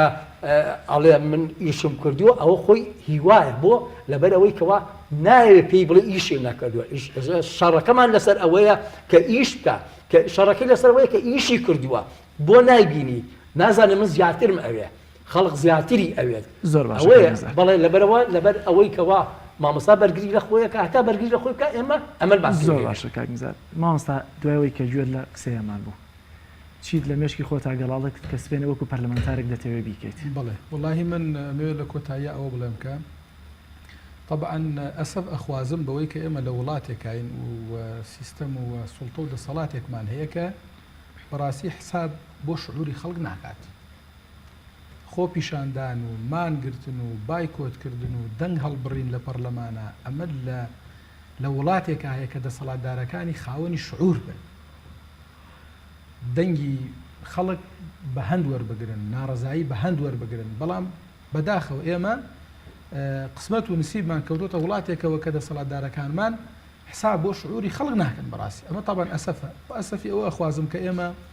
8 ساڵ لەمە و پێش سەقفی داخوازیەکانمان شتێکی تر بوو بەڵام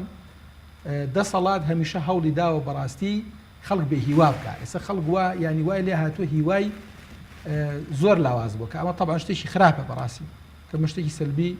خراپە ئێستا تەنها داوای ڕوبع موچەکەی خۆیەکە وەکو جەنابەت فەرمووت من ئەوە ئەڵێم کە طبعاً لە ڕاستیدا گلەی ئەم خۆشەویستانە چی وەکو کەسوکاری شەهیدان چی وەکو بریندارەکان چی وەکو چالاکوانان گلەیەکانان بەڕاستی ملاحەزەکانیان تێبینیەکانیان ئێمە ئیخێنە سەر سەرمان بەڕاستی بەڵام ئەوەشیان پێ بڵێن کە دڵنیابن نوێنەرەکانتان وەک چۆن 8 ساڵ لەمە و پێش لە سەرای ئازادی لە پێشتانەوە بوون دڵنیابن کە ئەو نوێنەرانەی ئێمە وەکو خۆمان من بۆکو خۆمان باسەکەم بەڕاستی من حەقم بەسەر هیچ حیزبێکی ترەوە نییە چکە ئەو دنیاە تەقەلوباتی زۆر زۆرتی هەیە دنیا ئەگۆڕدرێت و ئینسانیش ئەگۆڕدرێت لەگەڵ یا زۆر بەڵام ئێمە وەکو ئەندامانی پەرلەمانی کۆمەڵی ئیسلامی و بە تایبەتی ئەوانەمان کە بەشدار بووین لەگەڵ ئەم بەڕێزانە خۆیان و مناڵەکانیان و شەهیدەکانیان ئێمە دڵنیاتان ئەەکەینەوە کە هەمان ئەو دەنگەین کە لە سەرای ئازادی بووین و فەخریشی پێوە ئەەکەین و ناشی شارینەوە بەڵام ڕێی کەم تەرخەمیتان هەبوو بێت کەم تەرخەمی نیسبەتە ئێمە خۆمان وەکو ئەندامان وەکو پەرلەمانتارانی کۆمەڵی ئیسلامی بەڕاستی ئەتوانم بڵێم یعنی ئەتوانم بیسەلمێنم کە ئێمە کەم تەرخەم نەبووین بەڵام دەنگمان هێندە ڕۆشتووە شەش ئەندام پەرلەمان بووی 6 ئەندام پەرلەمان لە ناو 111 پەرلەمانتارە هەر ئەمەنەی پێ ئەکرێت هەر ئەمەنە سەوتی ئەبیسرێ بەڕاستی ئەوەتان لێ دەکەن تەنانەت ڕەنگن نەتانتوانی بێسەردانی سەردانمان کردوون ئێمە من لەوانەیە بۆم نەکرا بێسەردانی ئەم خوشکە بەڕێزە بکەم بەڵام سەردانی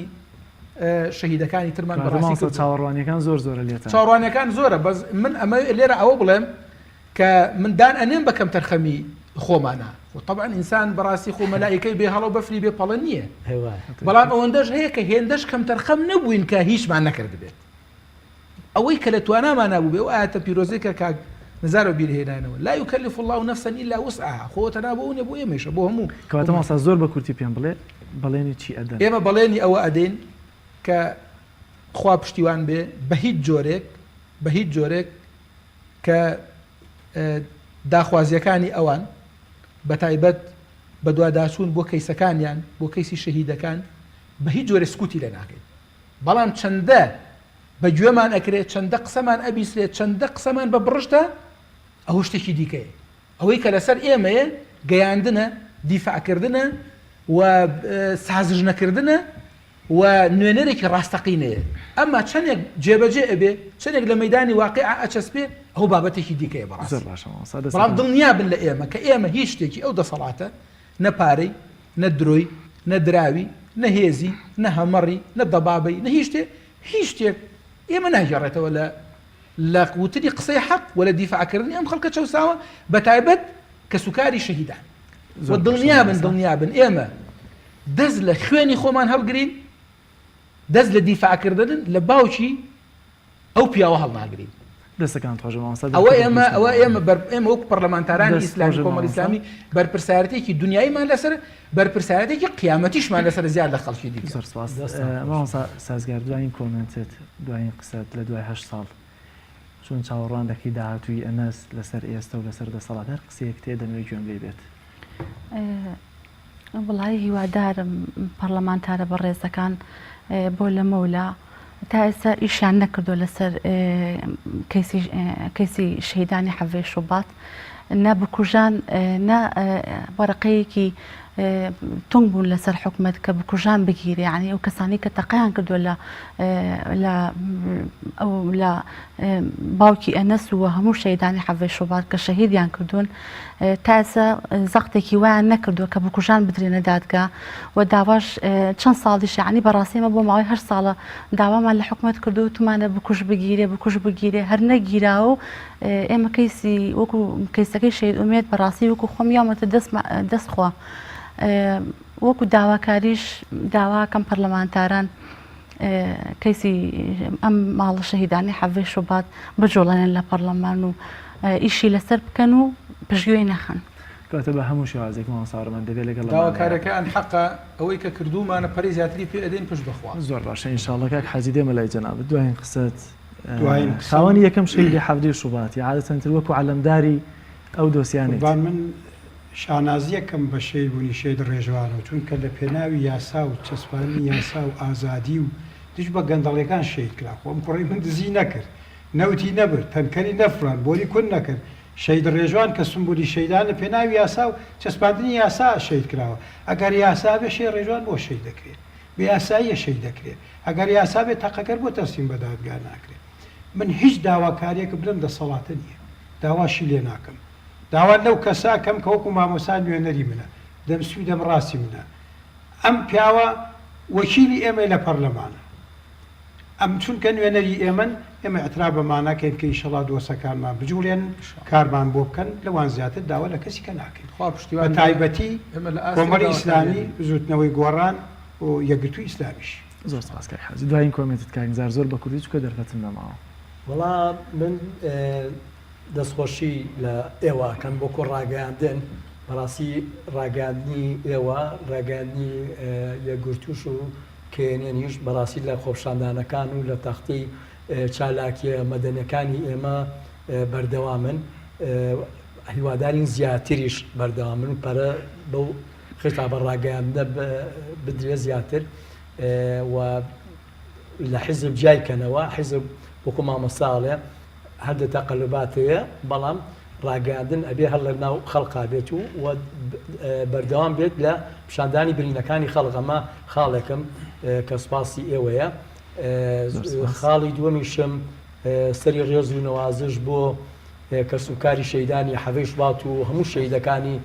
شەقام داڕێنین و خاڵی سێمیشمان ئێمە درود بۆ ئەو کەسانە ئەنێنی کە ئێستا لە سژنەکانی پارتیان زیندانن لەو سژنە تاریکوتنەکانەکە من خۆم لەوێ بووم و ئەزانم چ زیندانێکە هیوادارین بەسەری بەرز و بە سەرکەوتووی بێنە دەرەوە و باوەش بە نیشمانە برینارەکەی خوان بکەنەوە و دڵنیاشین لەوەیکەوە سەرشۆڕی بۆ ئەو کەسانەیە کە ئەوانیان زیندانی کردووە و سەربەرزی شەر بۆ ئەوانە. زۆر سپاسکارم زار باوەڕ ناکەم ئێمە ژوەکو پەیام هیچ کەم تەرخەمیەکمان هەبوو ڕەنگە بە پێ پیشەی خۆمان هەموو ساڵێک هەم لەگەڵ کە سوکاری حەڤەی شوبات و لەگەڵ هەم هەر خۆپیشاندانێک کە کرا بێت مامەڵەمان کردبێت و بە دەمیانەوە بووین. زۆر سپاس بۆ هەریەکە لە بەڕێزان کاک حاجی عەلی باوکی شەهید ڕێژوان و هەروە مامۆستا سازگار فەریق هاوسەری شەهید ئومێد و هەروە کاک نزار محەممەد ڕێخەری خۆپیشاندانەکانی حەڤدەی شوبات یەکێک لە ڕێخەرەکان و هەروە بەڕێز مامۆستا هەورەمان گەچێنەی ئەندامی پەرلەمانی کوردستان و بەشداربووی سەرای ئازادی. بینەرانی عەزیز سپاس بۆ ئێوەشکە تام ساتە لەگەڵ مابوون تا بەرنامەیەکی تر و گفتوگۆیەکی تر بەخوای گەورەتان ئەسپێرم خواتان لەگەڵ.